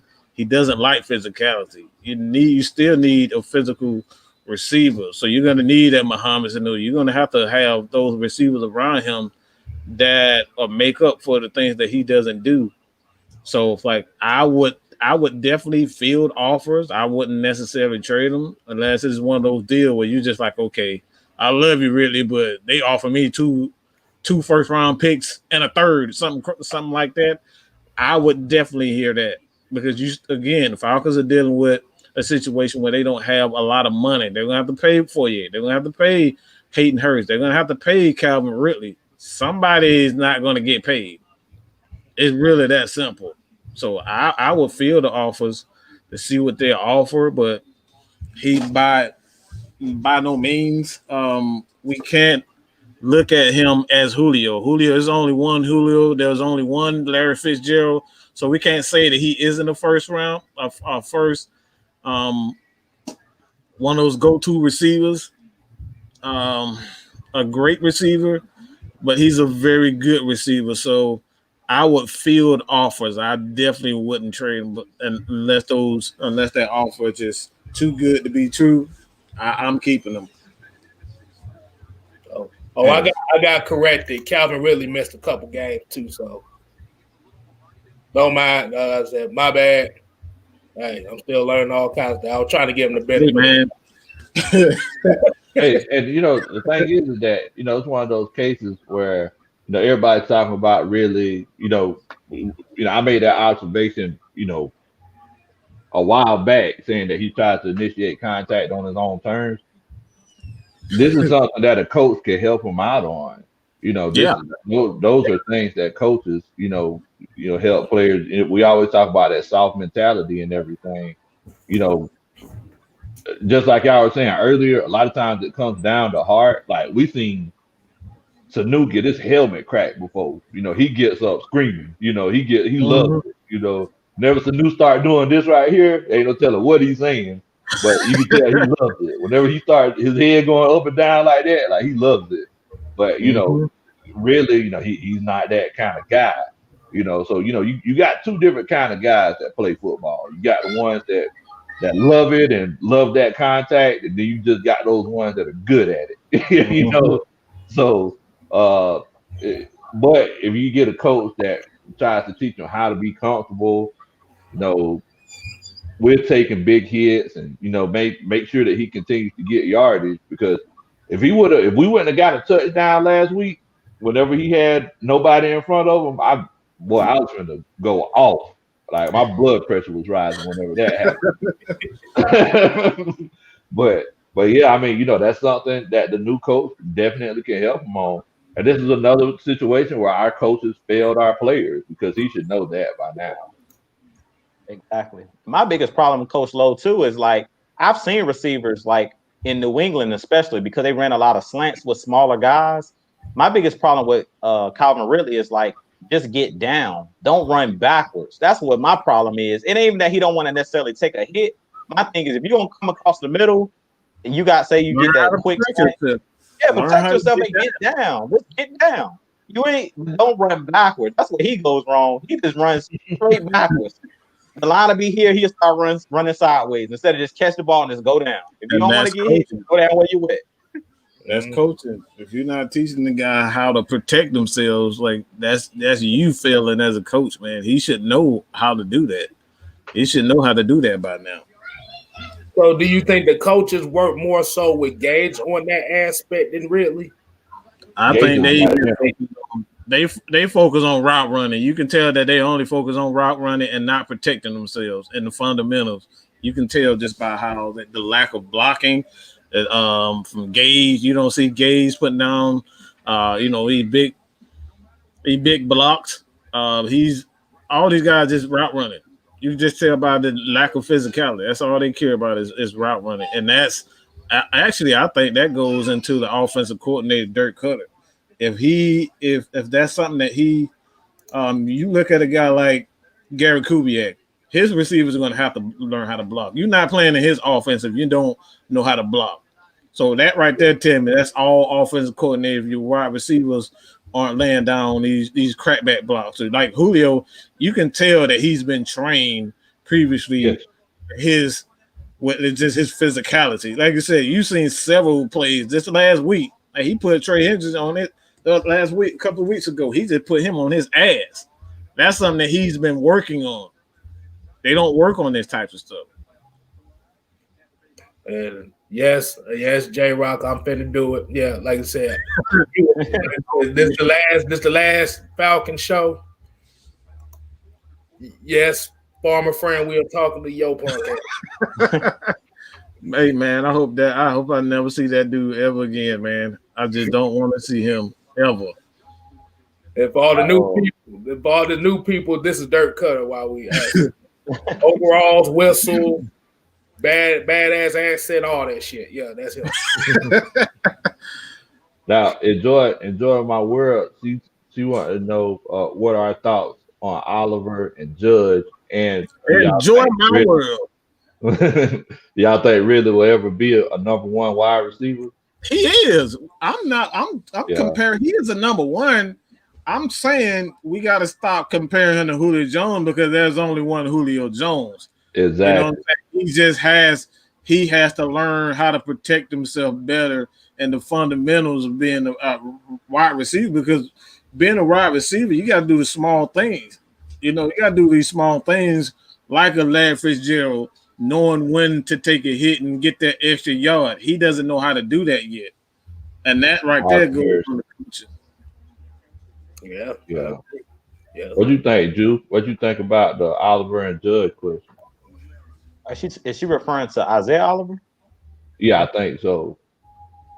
And Judge, Isaiah Oliver, to me, I would like to see what he could do at safety, because he's like, when I was talking about those small corners, he's not little like Rico Allen. I think Oliver was like a big corner. That's the reason why Dan Quinn wanted him. I think he's like 6'1", so he's not a little dude. One thing I like about Isaiah Oliver too, he's physical. When you can come downhill and hit a running back the way he hit Leonard Fournette ain't no little. Leonard Fournette is not small. That is not a small dude. For him to shoot that gap, he shot that gap like he was a linebacker. Like, I'm coming to get something. And he got him down by himself. Like, if you see a lot of the tackles that Oliver get, like when we do those third downs where it's like 3rd and 15, we back everybody up. If you notice, Oliver's usually the one making those tackles. When they moved him into the inside, that dude is a heat-seeking missile. And that's why I say he reminds me of Brian Poole, because when Brian Poole was here, if y'all remember, I was like, he just a baby linebacker. That dude, Brian Poole, was not afraid to hit nobody. That dude was physical, period. He wanted the best in coverage, but he was perfect for our zone scheme because he was able to tackle in space. And that's something that Isaiah Oliver does very well. Like, he's good at one-on-one tackles. And if you remember when Dan Quinn was here, when he moved Rico Allen back to the safety, he used to call Rico Allen the best tackler on the team. He said that's the reason why he moved him back there. So I think Oliver would flourish in that position, especially when he comes down in the box, because he's good at tackling guys in space. He's not the best in covering guys, like quick twitch guys. If you put him back there at safety, I think he would do good. I think he would be pretty good. Let me add something else to it. I think another thing, the reason why the defense has gotten a lot better, because nowadays in this current NFL, you have to have a corner that can tackle to take away that stretch zone play. If you take away that play in the NFL right now, you dumb down one's play calling, and having a guy in the slot at safety, both safety position and in the slot, you have only a select few plays that you can call being that you have a guy like Isaiah Oliver and Brian Poole in that position. A lot of people are not going to run at Brian Poole. A lot of people are not going to run at Isaiah Oliver. Why? Because you're going to have to either widen it or run directly into the linebackers. And not everybody want to run into a Fourier and Deion Jones. And they damn sure don't want to go too wide because you're going to run into Keanu Neal. So you're going to run certain plays. So I think you got something there. I think you really do have something there as far as like putting Isaiah Oliver in that safety position.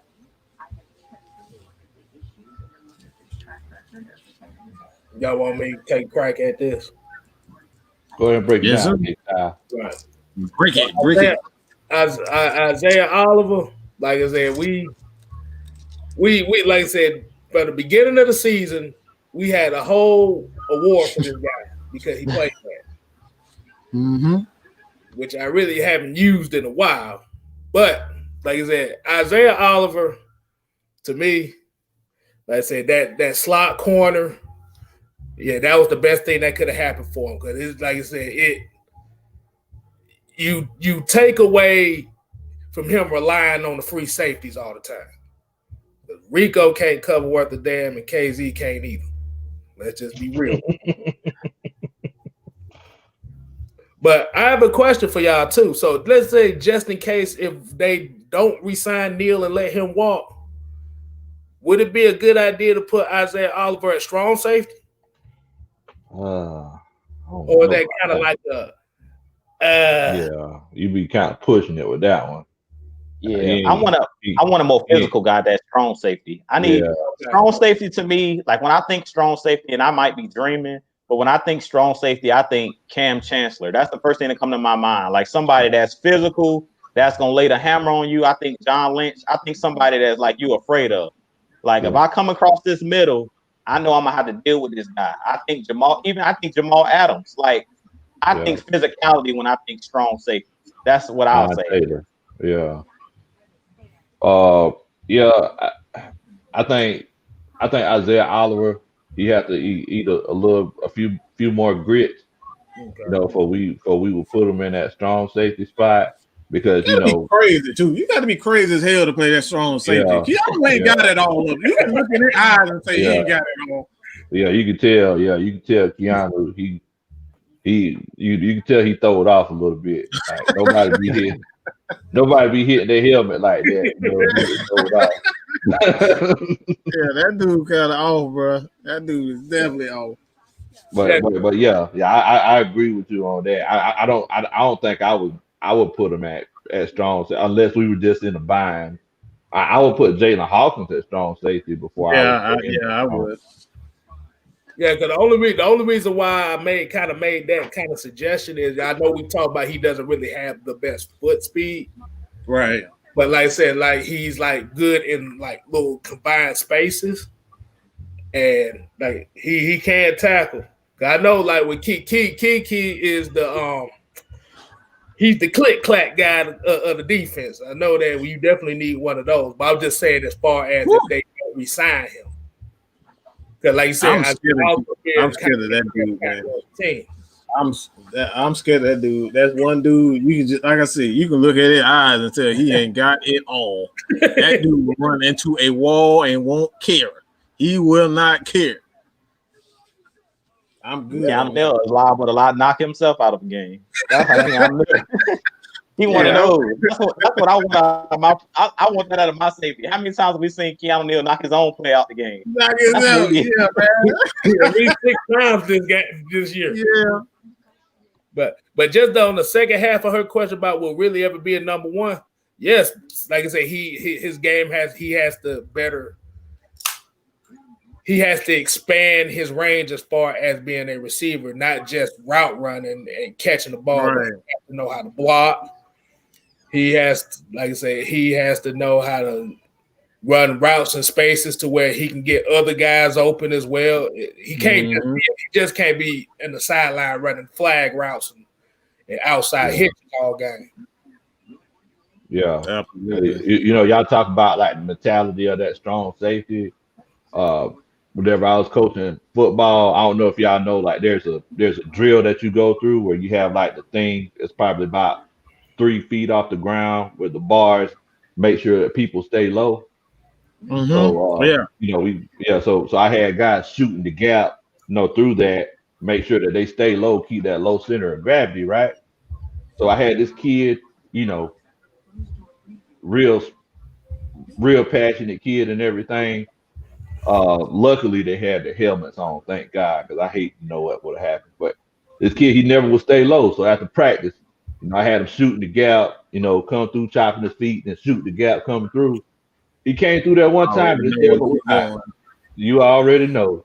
That kid came through that one time, his helmet was high. He tore that thing up. Boom! Next thing you know, you heard the bar go, the bar went.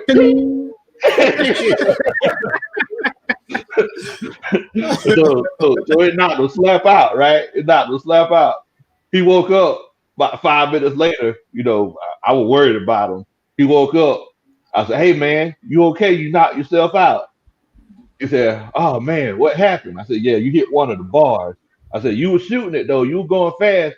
And guess what? This kid looked me in my eyes and said to me.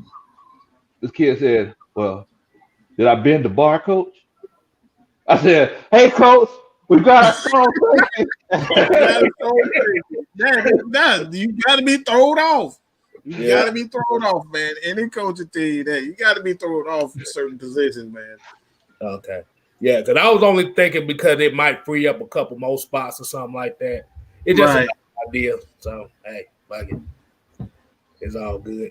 I want to hit this one up here. Jordan Daniel said we got to draft at least 2 defensive linemen at least. Our secondary ain't going to have a chance anyway. Yes, we need defensive ends. Not outside linebackers and converting them to ends. We need ends. They can't be 230 pounds and you try to go against 300-pound tackles. We've seen it too much for the last 5-6 years.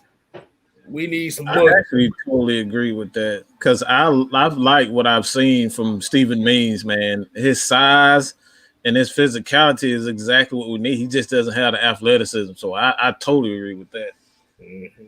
Every time we see Stephen Means, he's celebrating somebody else's damn sack. That's the thing. He just doesn't. He's always in the right place. He just don't have the athleticism. Hey, he the Walton Peter Man of the Year for a reason, though. Wallace sack, he jumped up into his back like he was a goddamn horse or something. I'm like, get your hands off of him. Oh, what? Yeah. I'm like, man, this dude gonna hurt Dante Fowler celebrating. That's why I was like, he's gonna knock Dante Fowler helmet off and we're gonna get a flag. Like last time. I'd be scared for Stephen Means because I know he's happy for everybody else. I feel like he's gonna end up in the Stephen Tollett Walk of Shame celebrating. I don't know if anybody remembers Stephen Tollett. This dude got a sack. I do. I'm talking about the people in the chat. They might not know Stephen Tollett. This dude literally got a sack celebrating towards ACL during the celebration. Hey, man. Yeah. Oh, my God. That was – man. Oh, man. But, yeah, Falcons need some bookends. Like I said, you actually have a couple of them now in commit. If y'all fully commit to Kaminsky as a defensive end, he's done a great job. He's done a great job. Patrick Kearney, man. That's Patrick Kearney. I keep saying put that guy out there. You need some guys with some long arms. Coach Law always talking about have active hands. But if your arm's short, most of them guys that's playing on their outside, them right and left tackles, them guys are tall and long arms. So unless you Elvis Dumerville, like he was like one of the smallest like pass rushers I actually seen that knew how to dip his shoulder and get around those long arm right and left tackles. But most of the time, you undersized and little, man, they're gonna throw you out the club. That dude was 5'10", 240 pounds. Hell, he could dip under any goddamn offensive line. That boy's again, boy. He get back there though. Yeah, he get back there. I ain't even gonna lie. He'll hit that goddamn swim dip move on your head. Hey, I mean You look at Grady, he's like a short, stubby kind of dude. That's why he fell so far. He's 6 feet. He barely 6 feet. But Grady, Grady, the first guy or one of the first two guys that I seen play linebacker from the defensive tackle position because he's legitimately do this right here and go past somebody. That's it. But like I said, Grady needs help. Yeah. Yes. He needs help. They need a cleanup guy. Like I said, Kaminsky can be that cleanup guy, but he has to get more snaps. Yeah.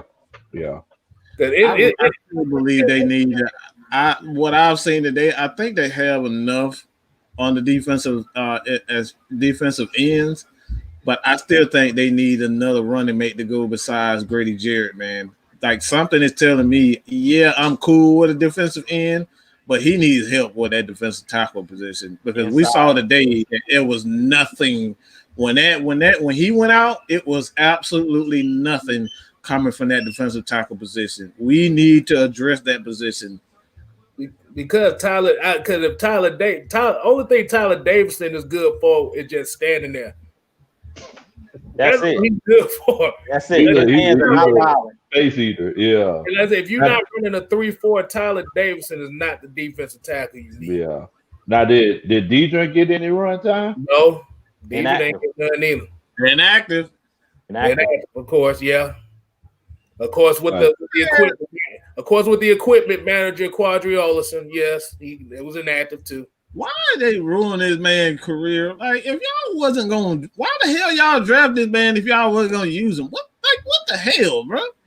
That pisses me. That really pisses me off the way y'all doing this kid like that. If you wasn't going to use him, why draft him? Like, seriously, bro.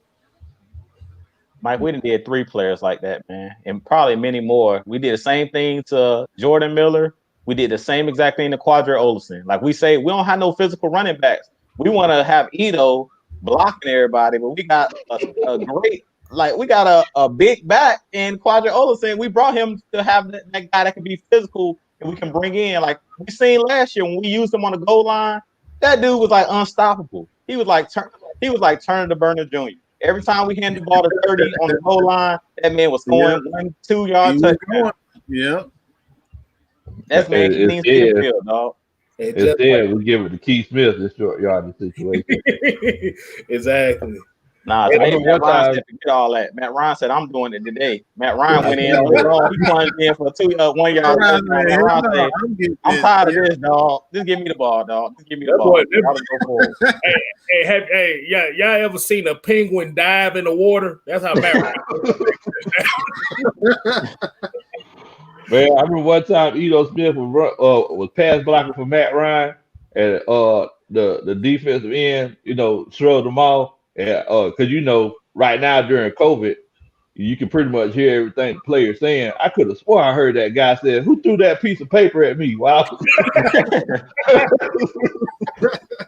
Man. Oh, no. Yeah. Like I said, that also comes with the nature of what this team needs, though. You got to be physical. Don't know. Oh, at every position you have to be physical. And Jamel said they don't think Ridley's ready for that number 1 spot.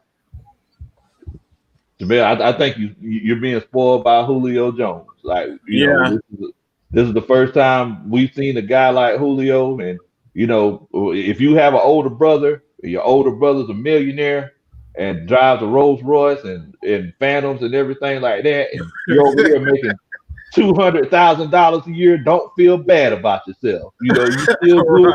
You still doing good for you.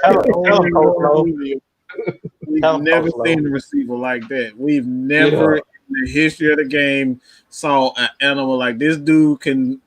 I've seen him run over and run through linebackers, safeties. Don't matter who you put it at. Julio is an absolute beast. So you can't compare Calvin Ridley to Julio because, like I said, it's not fair to Calvin because, like I said, man, we go from Roddy. We've been spoiled as an organization for receivers, man. We've had some great receivers, a great tight end, and Tony Gonzalez, a great quarterback in Matt Ryan. Most exciting I think the most exciting quarterback I've ever seen in the history of the game, and Michael Vick. We've been spoiled, so we gotta stop with these unrealistic expectations for players, man. Even centers, Mike. We had some of the greatest centers play too. Todd McClure was a great center, and then go right to Alex Mack. So Hennessy got some big shoes to fill, dog. Yeah, man. Yeah, we spoiled. We spoiled, man. But that's the reason why I'm glad they didn't trade Alex Mack during the trade deadline, like everybody wanted them to. Like I said, he still needed some of that mentorship right there. He needed some of that right there, put in his brain. So I think we'd be good right there. But James Carpenter's ass need to go. Hey, I was preaching this since last season. He should have left out the door with Damon Brown. Hey, Damon Brown both should have been gone. His ass need to go. that left guard spot needs some help because, bro, in the last 4 games, I done seen 4 different linemen in that spot. Everything else has been solidified. Thank you. We got new subscribers. Thank you. What, Tampa Supreme? Whoa, man. Good. Thank you. Good gracious. I like that, man. We appreciate it. Tampa. I got a question for the chat too. Question for y'all. So at that left guard spot, what do y'all feel about Matt Gono? He played last week. What do y'all think about him possibly trying to be the permanent guard? I think he should. I told you that's my favorite player on the team right now. Yeah, I totally agree. I think he's perfect for that position, to be honest. Even if you want to put him at right guard and move Chris over, because Chris, like, he has some technical things to kind of work through in the offseason, but he can move over to left. He can move over to left guard. So, like, even Chris Lindstrom, man, he has enough athleticism. And if I'm not mistaken, I think he has played left guard before, so it wouldn't be a foreign concept for him. Like I said, it just has to clean up some technical issues. He'll just clean up some technical issues and footwork in the off season. That'd be nothing for him. But yeah, outside of that, yeah, he would just have. I think that'd be a good idea to have Gono and Chris Lindstrom switch, if not, if need be. And well, you know what though, because I really like Gono being that, because you have swing tackles. This dude is literally a swing offensive lineman because he's done played every position for us. Right. But I'm not opposed to the fact of letting Caleb McGarry play that left guard position, because I've been watching him, his footwork as far as like kicking back on those passing plays. I watch him in those passing plays, and I watch him on the running plays. He's so much better run blocking.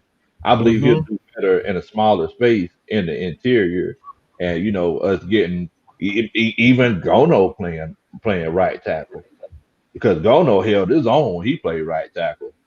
I mean, either way, I definitely think Gono should be around for a while. I really like him. Well, remember, Gono held Joey Bosa to 1 tackle and had him playing in 2-point stance, which he doesn't do. Yep. Yeah. But before we get to you, Drew, I want to get to this $5 super chat right here by Reggie. He said, the Falcons will get cost for Julio's. What would be an acceptable offer? Hold up. We got to make sure I cleaned it. I got to clean it up again. We got to make sure you understand this. It is possible for the Falcons to trade. It's not impossible for them to trade Julio Jones, but there's a major snag in that. And that snag is, he won't cost a lot against the salary cap, but the Falcons would still be on the hook to pay Julio Jones the remainder of his guaranteed money. So he will essentially be paying him to play for another team. I'm just going to be real. For me personally, I'm not paying no other guy to play for another team. I'm not doing that. We got to pay Fourier. We got to find some way to pay Fourier. We got to find a way to we're going to get Calvin Ridley his money. You got Hayden Hurst. Ito Smith may not still be with the team. He's another guy you're going to have to pay eventually. And Caleb McGarry, they got 2 or 3 years left on their deal. Yeah, I think 3 years left on that deal. At some point in time, you might want to pay them early. It's quite possibly that you may want to pay them early. So that's a lot of money, 2-3 years down the road, you still going to be paying Julio Jones. So it's like, is that really worth it? And then you were talking about that. Yeah, yeah, you're definitely right because I know I'm not paying somebody to play somewhere else. Yeah, so I definitely don't unless they just it's a sign and trade kind of deal. Like y'all gonna take this money, y'all finna take this contract with them. I mean that's one of the only ways I do it. Bro, we are still paying Jamon Brown right now. So, bro, that's what I'm talking about. Devontae Freeman also. Come on, bro. Freeman. Don't fly. Get it. But go ahead, Ju. What was you about to say? Nah, I'm with y'all. Like, no way I'm paying Julio to play somewhere else. And we've seen like Julio, we need him around to continue to mentor these guys that we got on this team. Like, he's that physical specimen at that wide receiver spot. And when Julio's right, we know Julio is a generational type talent. Like the God-given abilities that Julio has, not many people walking this earth have. So, I mean, I don't think the Detroit Lions were saying, hey, man, we could probably get rid of Megatron. Like, that's not a good idea. Like, if he's still in this prime and he's still doing this thing, it's one thing if Julio still has these lingering issues as far as injury next season, then at that point, he probably won't have that trade value. So we know something that they might not know, but we can try to, get over on somebody, kind of how we did with Sanu when we fleeced the Patriots to take Mohamed Sanu for that second round pick. Unless we're doing something like that, because we know something that nobody else knows about Julio Jones, like health. I don't want to see Julio Jones putting on another uniform unless he retires. I want him to be a Falcon the rest of his career because he hasn't shown me any signs of slowing down. Like when he was healthy, he was balling. So I don't see a reason why you would want to get rid of Julio. And I made my video on my channel. You guys check it out on Jew Talk Sports, where I talked about I don't want to see what happened to Roddy White happen to Julio Jones. Like, I don't want us to be known as one of those franchises where we have players that's been loyal to us, and then we just ship these guys out and we don't let these guys retire on their own terms. Like, the way that the Arizona Cardinals went about it. Yes, I knew you was going there. Yeah, the way that Larry Fitzgerald, the way that the Cardinals have went about it, that's the way you do it. When somebody's giving you their career, giving you all of these seasons of 300-yard games. Like, how many tickets and jersey sales and all this stuff, like other than football, that Julio Jones had done for the city of Atlanta and done for Arthur Blank and the owners in the front office. Like, it'll be a slap in his face if we just say, hey, we're going to just get rid of you, dog, for a bag of chips. Like, come on, man. Like, this dude did all of this for the franchise. Like, at this point, we owe this man. Like, he's got us to a Super Bowl. As much as y'all might say we lost it, look, he got us there. All of them season ticket holders, there's some people that literally go to the game just for Julio. Yeah, just to see him. He's box office. He's that type of player. He's like your LeBron. He's like your James Harden, where players get so starstruck when they see Julio, they come to the game just to see that guy. Even when we losing, the only reason they come into the game is we got people coming to Falcons game to see Michael Vick, and he ain't played in 13 years. That's it. So I don't want to see what happened to Roddy White, how he got ran out of town. He got done dirty. So Julio, we owe this man. At this point, what Arthur Blank and this front office should be focusing in on is who is the right GM, the right head coach that can help get Matt Ryan and Julio a ring before they retire. That should be their number one priority at this point. Because for all these guys have done for this organization, not getting in trouble off the field, like Julio Jones don't do nothing off the field. Go fish.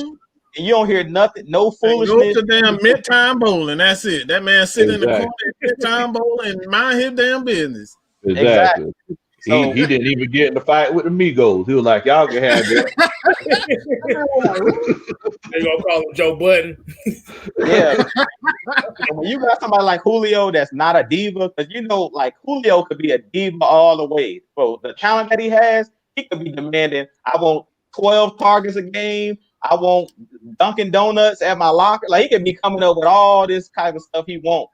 And for what I heard, this dude is not a high maintenance type player. So at this point, man, we gotta give Matt Ryan and Julio Jones their flowers right now while we got them. Like I really think that, like Mike said, we spoiled, man. We spoiled. Yeah. I've seen Antonio Brown and these guys, Odell Beckham, getting in trouble, off the field. I don't hear nothing out of Julio. This dude is the model citizen. So I want this guy on the team as long as possible. Hey, man. At the end of the day, it's like, and we seen what they were saying during the broadcast today. 0-7 in games where what was it? 3 points or less, or 6 points or less? 3 points or less. 3 points, 6 points, 6 One points. possession. I mean, we're not a bad team. This is not a bad team. Exactly. So it's like we need a coach. We need a stepdaddy. We need somebody to come in with the players that we got. And, take this family over and get this team on the right direction. We just need a step. We need a coach that doesn't give us that OnlyFans defense on 3rd and 16. Hey, oh my goodness, Coach, I'm glad you said that because I have to do this. I have to do this the right way. What'd you say? What the record was? Well, when the Falcons lost the game by 6 or fewer points. 0-7. Well, now with 0-7. Mm-hmm. The Falcons coaching staff. You're getting that shit for the whole season. Because not only just for those situations like that, but you got basically you have an environment it's a toxic environment of players calling coaches out, coaches calling players out. We had to think about it. We 4-12, which means Raheem Morris won 4 games and lost 7. So that's not going to look good on his resume as far as a head coach. Dirk Cutter, you came up with the perfect game plan 16 weeks too late. Right. These running backs had more catches out the backfield this game than they had combined the last 4-5 games. Right, man. Somebody get Gary Kubiak on the phone. Hey, man, somebody. Hey, for real. Bro, they could get Coach Bo U or whoever. Kubiak would be I think he would be the absolute perfect person for this job, man. I really believe that. I think he wants to be in Atlanta, whether his son. So there's always that the transition period with it is, I think it'll definitely be a lot. It won't be as long because they've all, like Kyle Shanahan already came in, put the kind of foundation to it. So it's like it won't be a learning curve with it. They already know. They just have to figure out like what, Gary Kubiak or his son, they like to run. It's the exact same system, just different wrinkles. Kyle Shanahan likes to use a lot of bootleg and a lot of motion. Kubiak doesn't use as much. And I think, like I said, I think that'd be it'd really be a perfect match. Yeah, because we seen what Kubiak did with Peyton Manning in the twilight of his career.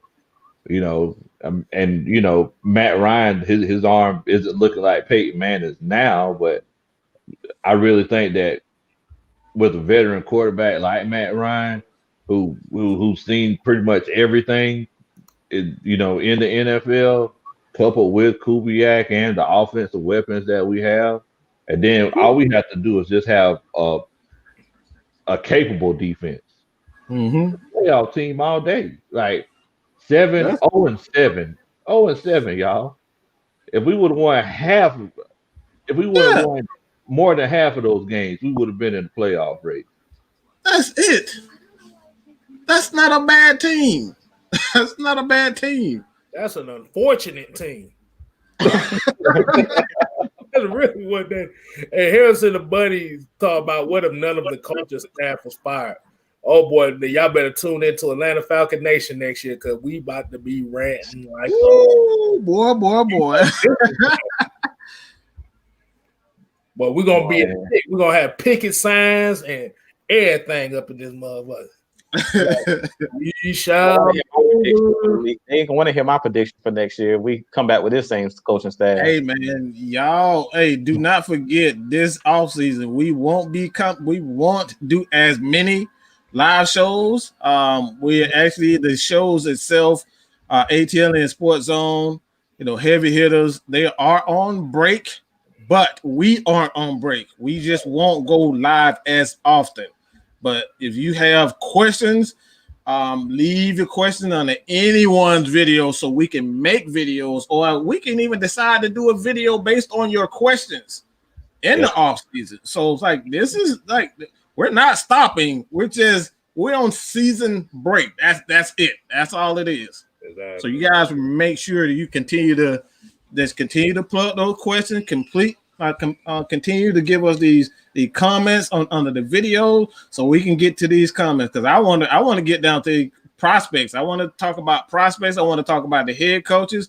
We got a lot of content coming for you guys. We're just on season break, so there won't be shows on Monday, Tuesday, but we will continue to give you nothing but the film breakdown. We still might continue the film breakdowns and whatnot, but we're going to continue to give you content. Don't look. Everybody know how it is. They know how I am. I don't stop. We don't stop over here just for the season. No, we keep on grinding, man. Yeah, you already know what time it is, man.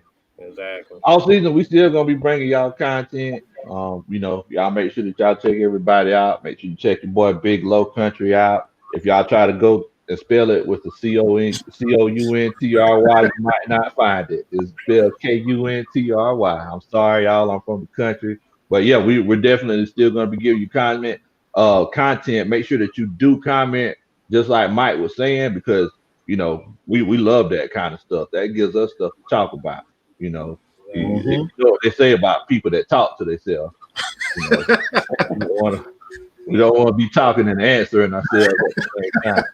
Exactly. Right. Like I said, it might not just be Falcons content. Like I said, we might have some Hawks content for you. Absolutely.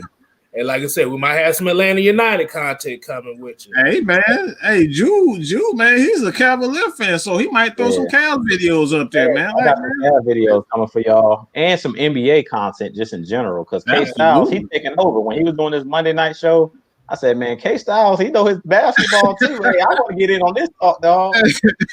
Y'all make sure y'all sub my boy Kstylz, man. He just hit 100. He on this quest for 200. Y'all go ahead and hit that subscribe button, man. Kstylz know his stuff. Hey, NBA, whatever content y'all want, Kstylz got it. I'm about to say, it ain't all just jokes, glasses, and receding hairlines over here. I mean, oh man. But like I said, why you talking about me, Kstylz? He said, "What? You talking about you? My bad. You talking about glasses and receding hairlines? I thought you were talking. I was talking about me. Why you think I got this LeBron headband on right now?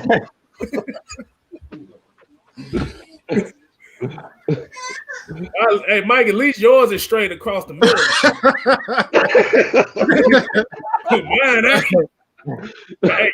y'all ever seen them? It ain't that bad, I guess. Hey, you ever seen them Jet Li moves from back in the day when he had that hair that was like halfway like this?